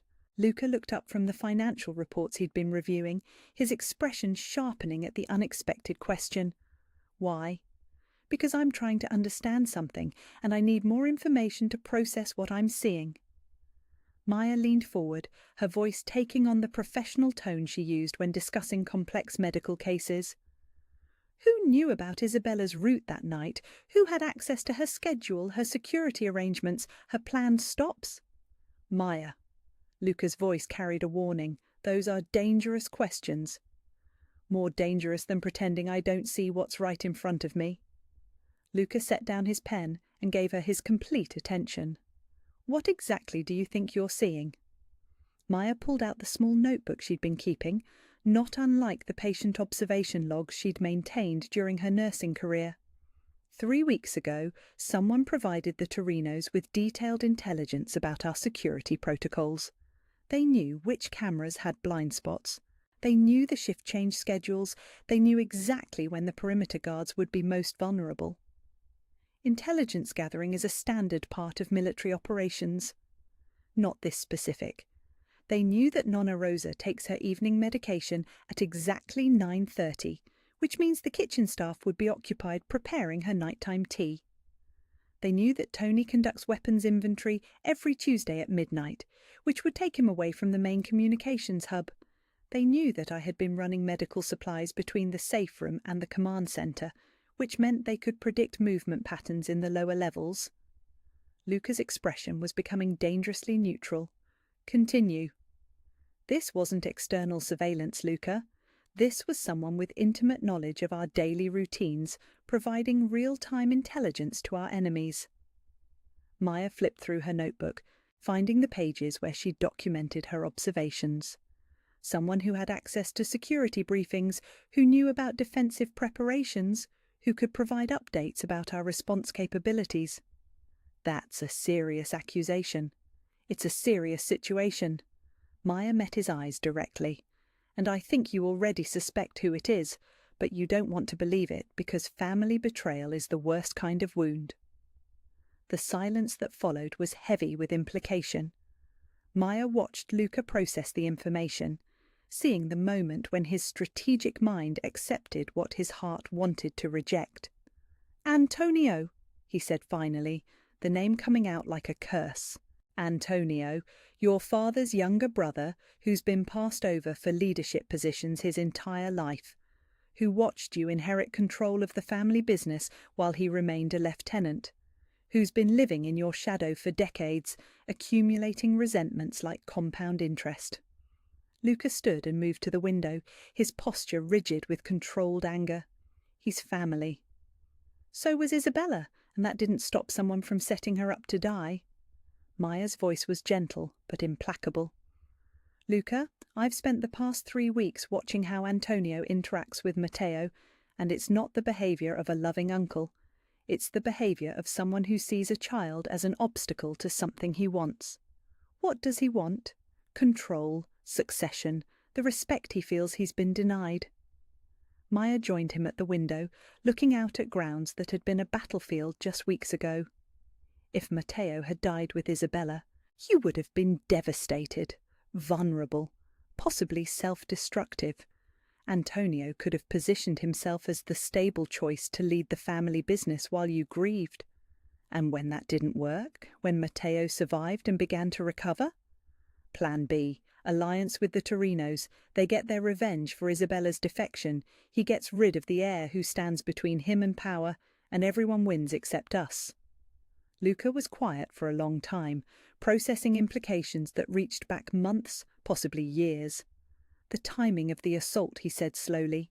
3 days after my father officially recognized you as family. 3 days after it became clear that Matteo was fully recovering and you were a permanent fixture in our lives. 3 days after it became obvious that this family was stronger and more stable than Antonio had counted on. Maya moved closer, her hand finding his arm. "He wasn't just betraying you to the Torinos, he was eliminating multiple problems at once. Me, because my presence strengthens your position. Matteo, because his recovery undermines the narrative that you're unfit for leadership. Even Nonna Rosa, because she's been vocal about supporting our relationship." "Christ!" Luca's voice was raw with fury and pain. "My uncle, my father's brother, the man who taught me how to shoot, who was at my wedding, who held Matteo when he was born." Family betrayal is the cruelest kind of wound because it perverts love into a weapon. Maya's voice was soft with sympathy, but it's also the most predictable because it grows out of proximity and resentment and opportunity. Luca turned to face her, his grey eyes blazing with the kind of cold rage that had built empires and buried enemies. "How do we prove it?" "We don't have to prove it for a court of law. We just have to confirm it enough for you to take appropriate family action." Maya pulled out her phone, showing him a series of photos she'd taken discreetly over the past weeks. Antonio has been having regular phone conversations in the garden, always at times when he thinks no one is watching, always in the same location, where the landscaping blocks sight lines from the house. "You've been surveilling my uncle?" "I've been protecting my family. There's a difference." Maya swiped through the images, showing timestamps and locations. "He's also been taking unscheduled trips into the city, always on days when you're busy with business meetings. And he's been asking questions about Matteo's therapy schedule, about my daily routines, about security protocols that aren't his responsibility to know. Gathering intelligence for his handlers, or preparing for another attempt." Maya's expression was grim. "Luca, the Torino assault wasn't their endgame. It was a testing ground. They wanted to see our capabilities, our response time, our defensive strategies. Next time, they'll come with better intelligence and more effective tactics." "Not if we eliminate the source of their intelligence first." Maya heard the promise of violence in his voice and felt a chill that had nothing to do with the temperature. "What are you going to do?" "What family tradition requires when blood betrays blood." Luca's smile was sharp enough to cut glass. "But first we're going to confirm your suspicions beyond any possibility of doubt." "How?" "By giving Antonio false information and seeing if it reaches our enemies." Luca moved back to his desk, already planning. "We'll feed him intelligence about a fictional security weakness, a fake schedule change, something tempting enough that the Torinos would have to act on it if they received the information. And when they do, we'll be waiting, and Antonio will finally understand that loyalty is the only currency that matters in this family, and betrayal is the only sin that can't be forgiven." Maya felt a shiver of anticipation mixed with dread. Justice was necessary, but watching someone you cared about discover the depth of family betrayal was its own kind of trauma. "What do you need from me?"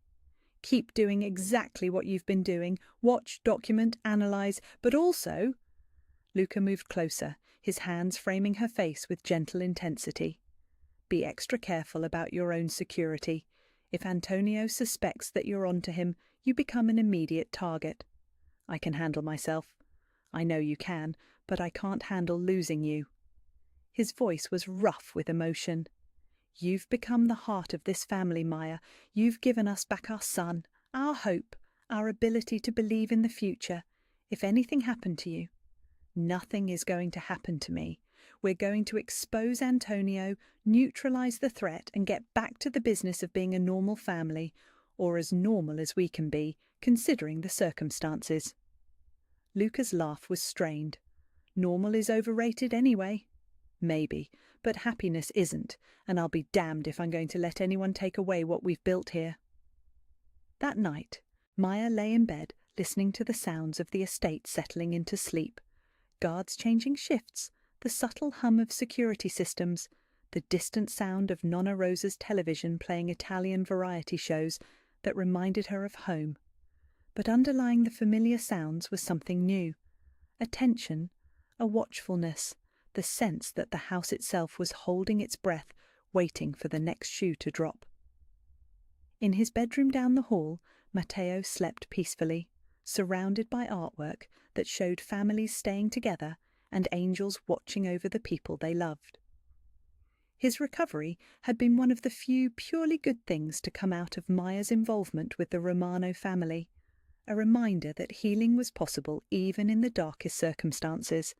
But now that healing was threatened by the very person who should have been protecting it, Antonio's betrayal wasn't just about business or power.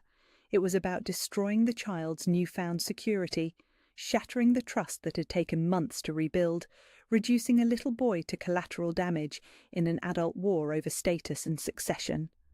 Maya had spent her career protecting children from the failures of the adults around them. She'd lost her license fighting for the right treatment for vulnerable patients, sacrificed her professional future to ensure that kids received the care they needed rather than the care that was profitable. She wasn't about to let Antonio Romano undo all that progress for the sake of his wounded pride and misplaced ambition. Tomorrow, the real investigation would begin.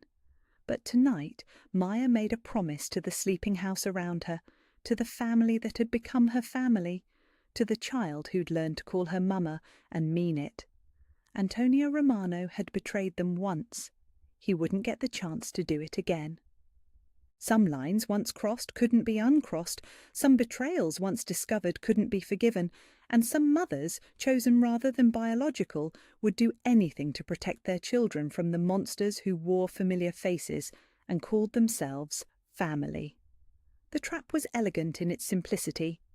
Maya sat in the family dining room 5 days after her conversation with Luca, watching Antonio Romano cut his veal with the precise movements of a man who'd spent decades perfecting the art of appearing normal while planning betrayal. Tonight would be the test that confirmed what they already knew in their hearts. That family meant nothing to him compared to power, and loyalty was just another commodity to be traded for personal advantage. "The security upgrades are nearly complete," Luca announced to the table, his tone casual but his words carefully chosen. New protocols go into effect Monday morning. What kind of protocols? Antonio asked, setting down his fork with interest that seemed perfectly natural unless you knew to look for it. Routine maintenance on the perimeter systems.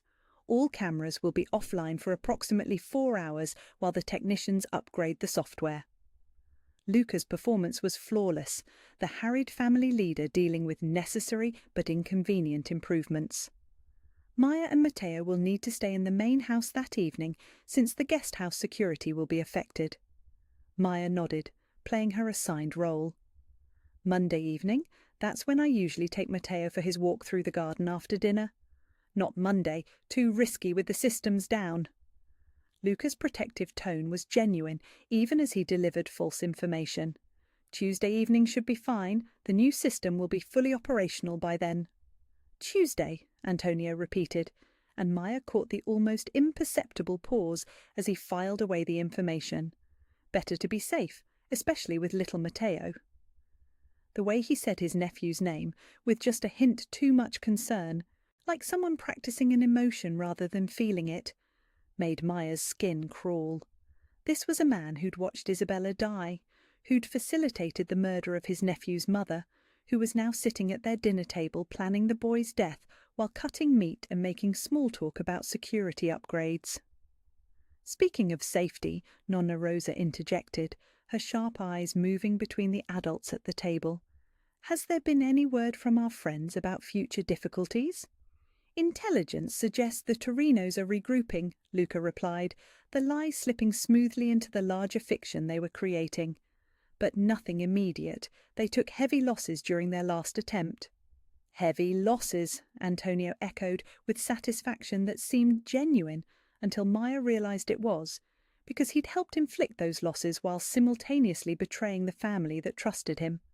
The perfect double agent, playing both sides for maximum personal advantage.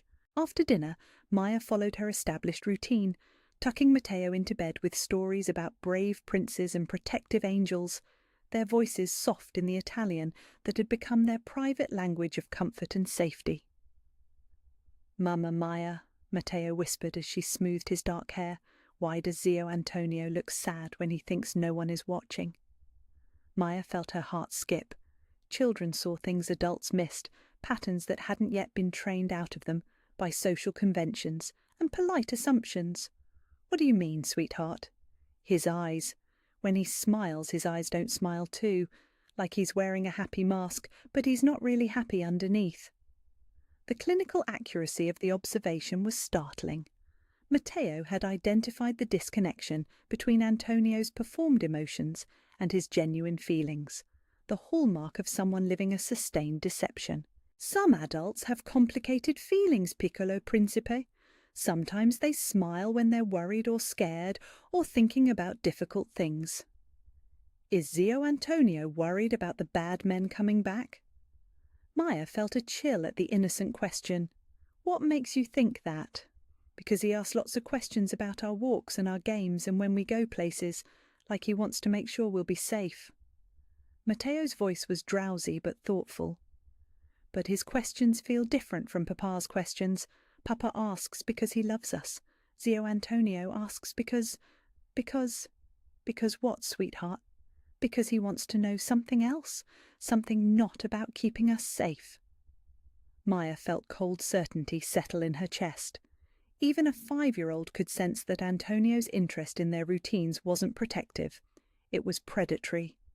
Matteo's developing intuition, sharpened by trauma and recovery, had identified the threat that the adults had taken weeks to recognize. You're very smart, Matteo, and very good at understanding people's feelings. Maya kissed his forehead, her voice carefully neutral. If Zio Antonio ever asks you questions that make you uncomfortable, you tell Mama Maya or Papa right away, okay? Okay, but I don't think he likes me very much anyway. Why do you say that? Because when I show him my paintings, he looks at them like they're not very good. But when you and Papa and Nonna Rosa look at them, you look at them like they're treasure. Maya felt tears threaten at the simple wisdom of the observation. Antonio looked at Matteo's artwork, proof of the boy's healing, evidence of his growing security and happiness. and saw not treasure, but threat. Each recovered memory, each sign of psychological health, each indication that Matteo was thriving in his new family structure was another obstacle to Antonio's plans for succession and control. "Your paintings are treasure, piccolo principe. Don't let anyone make you think differently." After Matteo fell asleep, Maya found Luca in his study, reviewing security footage on his laptop with the focused intensity of a man preparing for war. "He took the bait," Luca said without looking up from the screen. 15 minutes after dinner ended, Antonio made a phone call from his car. Brief conversation, probably passing along the false information about Monday's security downtime. "And Tuesday? We'll be ready. Full security detail, concealed positions, every possible angle covered." Luca finally looked up, his grey eyes hard with the promise of justice. "When the Torinos move on Tuesday evening, expecting to find us vulnerable, they'll walk into a killing field. And Antonio? We'll finally learn that there are consequences for betraying family." Maya moved closer, studying the tactical diagrams spread across his desk. "What about Matteo? He can't be anywhere near this when it happens." "Safe house in the city. You, Matteo, and Nonna Rosa will be secure while we handle the cleanup." Luca's voice brooked no argument. "This ends Tuesday night. Maya, one way or another. What if you're wrong? What if Antonio isn't—" "He is." Luca's voice was flat with certainty. "I've been watching the financial records since our conversation. Small amounts, transferred to accounts that don't officially exist, payments that line up perfectly with intelligence leaks and security breaches. He's been selling us out for months, Maya, maybe years." The weight of sustained betrayal was staggering. Not a moment of weakness or a single bad decision, but a calculated campaign of treachery that had cost Isabella her life and nearly cost them all their lives during the recent assault. "How long have you suspected?" "Part of me has known since Isabella died. She was supposed to change her route that night, supposed to take a different car, supposed to have additional security. All those changes were communicated through Antonio." Luca's voice was rough with old guilt and fresh rage. "I told myself it was operational security failure, bad luck, anything except the truth that my father's brother had murdered my wife." "And now?" "Now we finish it. Tuesday night, when the Torinos come expecting easy targets, they'll find out what happens to people who threaten Romano family members." Luca stood, moving to the window that overlooked the gardens where Maya and Matteo took their evening walks. "They'll also learn what happens to the people who give them that information." Maya joined him at the window, looking out at grounds that would become a battlefield in less than 48 hours. "I need to know that you're going to be smart about this, that you're not going to let anger make you take unnecessary risks." "Maya." "I mean it, Luca. I need you to survive Tuesday night, not just because I love you, but because Matteo needs his father. He's lost one parent to this war already. He can't lose another." Luca's arms came around her from behind, pulling her back against his chest with desperate tenderness. "I'll be smart, I'll be careful, I'll come home to you and Matteo, and we'll finally be able to live without looking over our shoulders. Promise me." "I promise." Maya leaned into his warmth, drawing comfort from his solid presence while her mind raced through contingency plans and worst-case scenarios. Tuesday would bring resolution, but resolution in the Romano world often came with a price, measured in blood and trauma. "There's something else," she said quietly, "something Matteo said tonight." She repeated the boy's observations about Antonio's questions, his insight about performed versus genuine emotion, his instinctive distrust of his uncle's motivations. Luca listened with growing amazement and pride. He sees through the deception completely. A 5-year-old child has better instincts about family loyalty than the adults who should have been protecting him. Trauma survivors often develop hypervigilant threat assessment capabilities. Matteo learned to read people's true intentions as a survival skill. Maya's voice carried professional pride mixed with personal heartbreak. But this also means he knows something dangerous is happening, even if he doesn't understand the specifics. which is why you'll be in the safe house Tuesday evening, away from the violence, away from the resolution, away from anything that might re-traumatize him. Maya nodded, though part of her rebelled against being protected while the family she'd chosen fought for their survival. But Matteo's psychological health had to be the priority. All the progress he'd made, all the security he'd rebuilt, all the trust he'd learned to extend, none of it could be risked for the sake of adult vengeance, however justified. "After Tuesday," she said softly, "when this is over, we're going to need to have some difficult conversations with Matteo about family loyalty and the difference between the people who protect us and the people who hurt us. More therapy? More honesty. He's old enough to understand that not everyone who claims to love us actually does, and strong enough now to process that betrayal without it destroying his ability to trust." Maya turned in Luca's arms, looking up at his storm-grey eyes. "He's going to be okay, Luca. Whatever happens Tuesday, whatever we have to tell him afterward, he's going to be okay because he knows he's loved and protected and valued. And you? Are you going to be okay?" Maya thought about the question, about the woman she'd been 6 months ago, invisible, exhausted, surviving rather than living, and the woman she'd become through love and necessity and the gradual discovery of her own strength. "I'm going to be better than okay. I'm going to be exactly who I was meant to be." Tuesday couldn't come fast enough. Maya was tired of living with the knowledge that someone at their dinner table, someone who held Matteo on his knee and called him nephew and promised to protect him, was actually planning his death. Some betrayals were too fundamental to forgive. Some family members were too dangerous to spare. And some mothers, chosen rather than biological, would do anything to ensure their children never had to wonder whether the people who claimed to love them could be trusted. Tuesday would bring answers. Tuesday would bring justice. Tuesday would bring the end of Antonio Romano's long campaign of treachery, one way or another.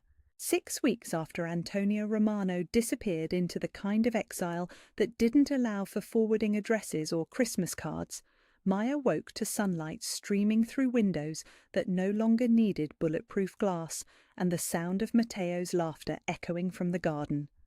The confrontation had ended exactly as Luca had promised, with swift, decisive justice that left no room for appeals or second chances. The Torino soldiers who'd come expecting to find vulnerable targets had walked into a perfectly executed ambush, and Antonio's desperate attempt to escape with Matteo as a human shield had lasted exactly 37 seconds before Maya had disarmed him with a precision that surprised everyone, including herself. The man who'd betrayed his own family, who'd facilitated his sister-in-law's murder, who'd planned to trade his nephew's life for political advantage, had been given a choice: permanent exile with enough money to disappear completely, or a shallow grave in the Pine Barrens. He'd chosen exile, but only after Luca had made it clear that any attempt to return, any contact with remaining Romano associates, any hint of continued threats against the family would result in a significantly less generous resolution. Don Salvatore's justice had been swift and absolute. Antonio's name was struck from family records, his photographs removed from the walls, his very existence erased from Romano history, as if he'd never been born. In the old tradition, he had become unpersoned, a ghost walking among strangers who would never know the weight of the name he'd disgraced. "Mamma Maya!" Matteo's voice carried across the estate as he ran toward the guest house, his dark hair flying and his face bright with the kind of carefree joy that had taken months to coax back into existence. "Look what Nonna Rosa taught me to make." He held up a small clay sculpture, recognisably a horse, though abstract enough that artistic interpretation was required.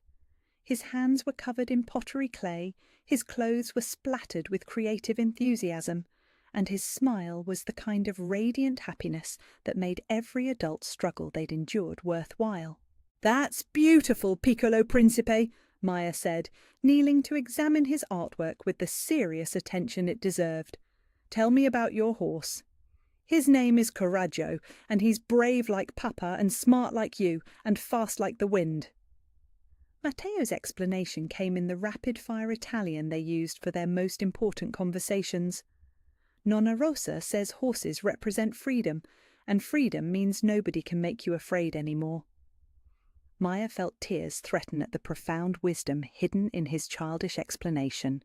Freedom from fear, from uncertainty, from the constant vigilance that had defined their lives for months. The ability to play in gardens without armed escorts, to sleep through the night without nightmares about men with guns, to love people without wondering if they might be planning betrayal. Correggio is a perfect name, Maya agreed, accepting the sculpture with the reverence due to precious gifts. Should we find a special place for him in your room? In our room, Matteo corrected, slipping his small hand into hers. The big room where all of us live together. The casual reference to shared space made Maya's heart contract with joy and amazement. Over the past weeks, the boundaries between the guest house and the main house had dissolved into a single family space. She still maintained her own bedroom, but meals were shared, evenings were spent in the family living room, and Matteo moved between spaces with the easy confidence of a child who belonged everywhere. The big room it is, Maya agreed, allowing herself to be tugged toward the main house where the sounds of family activity created a symphony of normal domesticity. In the kitchen, Nonna Rosa was teaching Angela the housekeeper how to make proper Sicilian arancini, their conversation mixing Italian cooking instructions with gossip about neighbours and gentle complaints about the younger generation's inability to properly season anything. The normalcy of it, two women in a kitchen, sharing recipes and stories while the scent of garlic and oregano filled the air, felt like a miracle after months of armed guards and strategic meal planning. "Maya, Cara," Rosa called out, not looking up from the rice she was stirring. "Your young man is in his office, brooding over paperwork like it contains the secrets of the universe. Perhaps you could remind him that happiness is also a business strategy." Maya laughed, recognizing the gentle manipulation that had made Rosa Romano the unofficial queen of the family for 7 decades. "I'll see what I can do about his brooding." She found Luca exactly as Rosa had described, hunched over financial reports with the kind of intense concentration that suggested he was trying to solve complex problems through sheer force of analytical willpower. The past weeks had transformed him as much as they had transformed the rest of the family. The constant tension had left his shoulders, the hypervigilance had faded from his eyes, and he'd begun to look like a man who could plan for the future instead of merely surviving the present. "Good morning," Maya said, settling into the chair across from his desk that had become her unofficial place during their morning coffee ritual. "Good morning, beautiful." Luca looked up with the soft smile that never failed to make her pulse quicken. "How did you sleep?" "Like someone who doesn't have to worry about betrayal and assassination attempts." Maya accepted the coffee he poured for her, noting the expensive Italian blend that had replaced his former preference for quick caffeine fixes. "What are you plotting over there?" "Expansion plans, legitimate business ventures that don't require bulletproof cars or security details." Luca leaned back in his chair, his expression mixing satisfaction with something deeper, more personal. "Restaurants, real estate development, import businesses, the kind of enterprises that operate in daylight and generate tax returns instead of body counts. Going straight, going smart, my son is going to inherit a business empire, not a war zone. By the time Matteo is old enough to take over, the Romano name will be associated with legitimate success instead of midnight violence." Maya felt a swell of pride and love for this man who was reshaping his entire world around the needs of his child and the possibility of a peaceful future. "And in the meantime?" "In the meantime, we live like a normal family, or as normal as we can manage given our recent history." Luca's voice carried undertones that made Maya's pulse quicken. "Which brings me to something I wanted to discuss with you." "Oh?" Luca stood and moved around the desk, his expression carrying the kind of nervous anticipation she hadn't seen since their first conversations in the diner. "Maya, these past months with you have been They've been the best months of my life since Matteo was born. You've given me back my son, my hope, my ability to believe that the future could be better than the past. Luca, let me finish." He knelt beside her chair, taking her hands in his with the gentle reverence of someone handling something precious and fragile. "I love you, not just for what you've done for Matteo, not just for how you fit into this family, but for who you are. Your strength, your compassion, your ability to see what needs to be healed and refuse to give up until it's fixed." Maya felt tears spill over as she realized where this conversation was heading. "I love you too. I want to spend the rest of my life loving you. I want to wake up every morning knowing you're part of our family, not just by choice but by law. I want Matteo to have the security of knowing his mama Maya is never going away." Luca's voice was rough with emotion. "Maya Castellano, will you marry me?" The ring he produced was perfect, a solitaire diamond surrounded by smaller stones that caught the morning light and threw it back in rainbow fragments. Simple, elegant, expensive enough to show respect, but not so ostentatious as to suggest ownership rather than partnership. "Yes," Maya whispered, then louder, "Yes, of course yes."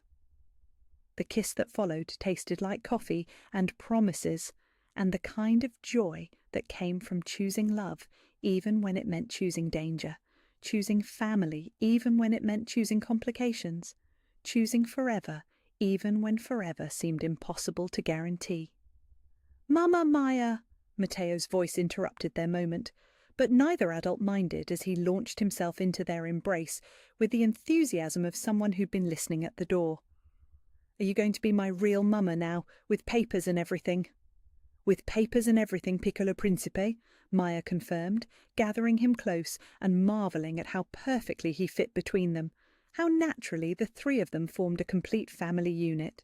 "Can we have a party, with cake and flowers and all the people who love us?" Maya looked at Luca, seeing her own happiness reflected in his storm-grey eyes. "What do you think, Papa? Should we have a party?" "The biggest party this family has ever seen," Luca promised, and Maya heard the echo of old-world tradition in his voice. "A wedding that will make it clear to everyone that you belong to us and we belong to you, permanently and completely." That afternoon, Maya found herself in the formal living room with Nonna Rosa, discussing wedding plans with the kind of detailed attention usually reserved for military campaigns or hostile takeovers. The older woman had produced photo albums spanning decades, showing elaborate ceremonies that had united Romano bloodlines and sealed political alliances through marriage. "Nothing too ostentatious," Rosa declared, studying photographs of weddings that had apparently required entire cathedrals and guest lists numbering in the hundreds. "This is about family, not display, about love, not politics." "What about the garden ceremony?" Maya suggested, remembering the peaceful space where she and Luca had shared their first kiss. "Something intimate, personal, surrounded by the beauty we've built here." "Perfect! Spring wedding, when the roses are in bloom, Sicilian traditions for the ceremony, but American reception for dancing and celebration." Rosa's eyes sparkled with planning enthusiasm. "Don Salvatore will walk you down the aisle. He's claimed that honour as head of the family." Maya felt touched by the gesture. In the weeks since Antonio's exile, Don Salvatore had taken a more active role in family life, visiting frequently and making it clear that Maya's acceptance into the Romano clan was complete and permanent. And Matteo? Ring-bearer, naturally. He's been practicing walking in straight lines and carrying precious objects without dropping them. Rosa's smile was warm with grandmotherly pride. By spring, he'll be old enough to understand the ceremony's significance, old enough to participate meaningfully. 6 months, Maya mused, calculating timelines and imagining the garden transformed into a wedding venue. That gives us time to plan properly, time for Matteo to adjust to the idea, time for the family to prepare for celebration instead of crisis. Time for you to understand fully what you're committing to, Rosa added gently. Marriage in this family isn't just about love, Cara. It's about accepting responsibility for our traditions, our obligations, our way of handling problems that can't be solved through conventional means. Maya understood the warning beneath the blessing. Marriage to Luca meant permanent membership in a world where family loyalty was absolute, where betrayal was punished without mercy, where love and violence existed in constant tension. I understand, Nonna Rosa. I've seen what this family is capable of, both the protection and the consequences. I'm choosing it all, not just the parts that feel safe. Good, because the parts that don't feel safe are what keep the safe parts possible. Rosa reached over and patted Maya's hand with affection that carried decades of hard-won wisdom. You'll make a good Romano wife, strong enough to handle the truth, wise enough to protect what matters, brave enough to love us anyway. That evening, Maya sat in Matteo's bedroom reading him stories about princes who married for love rather than politics, about families who chose each other across bloodlines and traditions, about happy endings that came through courage rather than luck. "Mama, Maya," Matteo said sleepily as she tucked him in, "when you marry Papa, will I get a baby brother or sister?" The question caught Maya off guard, touching on hopes she hadn't allowed herself to articulate. "Would you like a baby brother or sister?" "Yes, so I can teach them about painting and riding horses and speaking Italian, so they know they're safe because they have family who loves them." His dark eyes were serious with 5-year-old wisdom. "And so, when I grow up and have to do Papa business, they can help me remember that love is more important than being scary." Maya felt her heart break open with love and amazement at this child who'd survived trauma and betrayal, but still believed in the power of family bonds to create safety and meaning. "I think a baby brother or sister sounds like a wonderful idea, sweetheart, when the time is right." "Will you ask Angel Mama if she thinks it's okay? I don't want her to feel forgotten." "I think Angel Mama would be very happy to see our family growing with more love. She knows she'll always be your first mama, but I think she'd want you to have all the family and happiness you can hold." Matteo smiled with satisfaction, settling deeper into his pillows. "Good. Then we can be the biggest, safest, most loving family ever." As Maya turned off his light and closed his door, she realized he'd articulated exactly what they were building. Safety through love, strength through loyalty, hope through the simple belief that family could be chosen as well as inherited. Outside his window, the garden stretched under starlight, peaceful and secure. No armed guards patrolled the perimeter, no security cameras tracked movement through the shadows, no communication systems crackled with threat assessments and tactical updates. For the first time since she'd entered the Romano world, Maya could look at their home and see exactly that. Home. Not a fortress, not a strategic position, not a target requiring constant defense. Just a place where people who loved each other could build a life together, surrounded by beauty and protected by the kind of loyalty that couldn't be bought or betrayed. Spring couldn't come soon enough.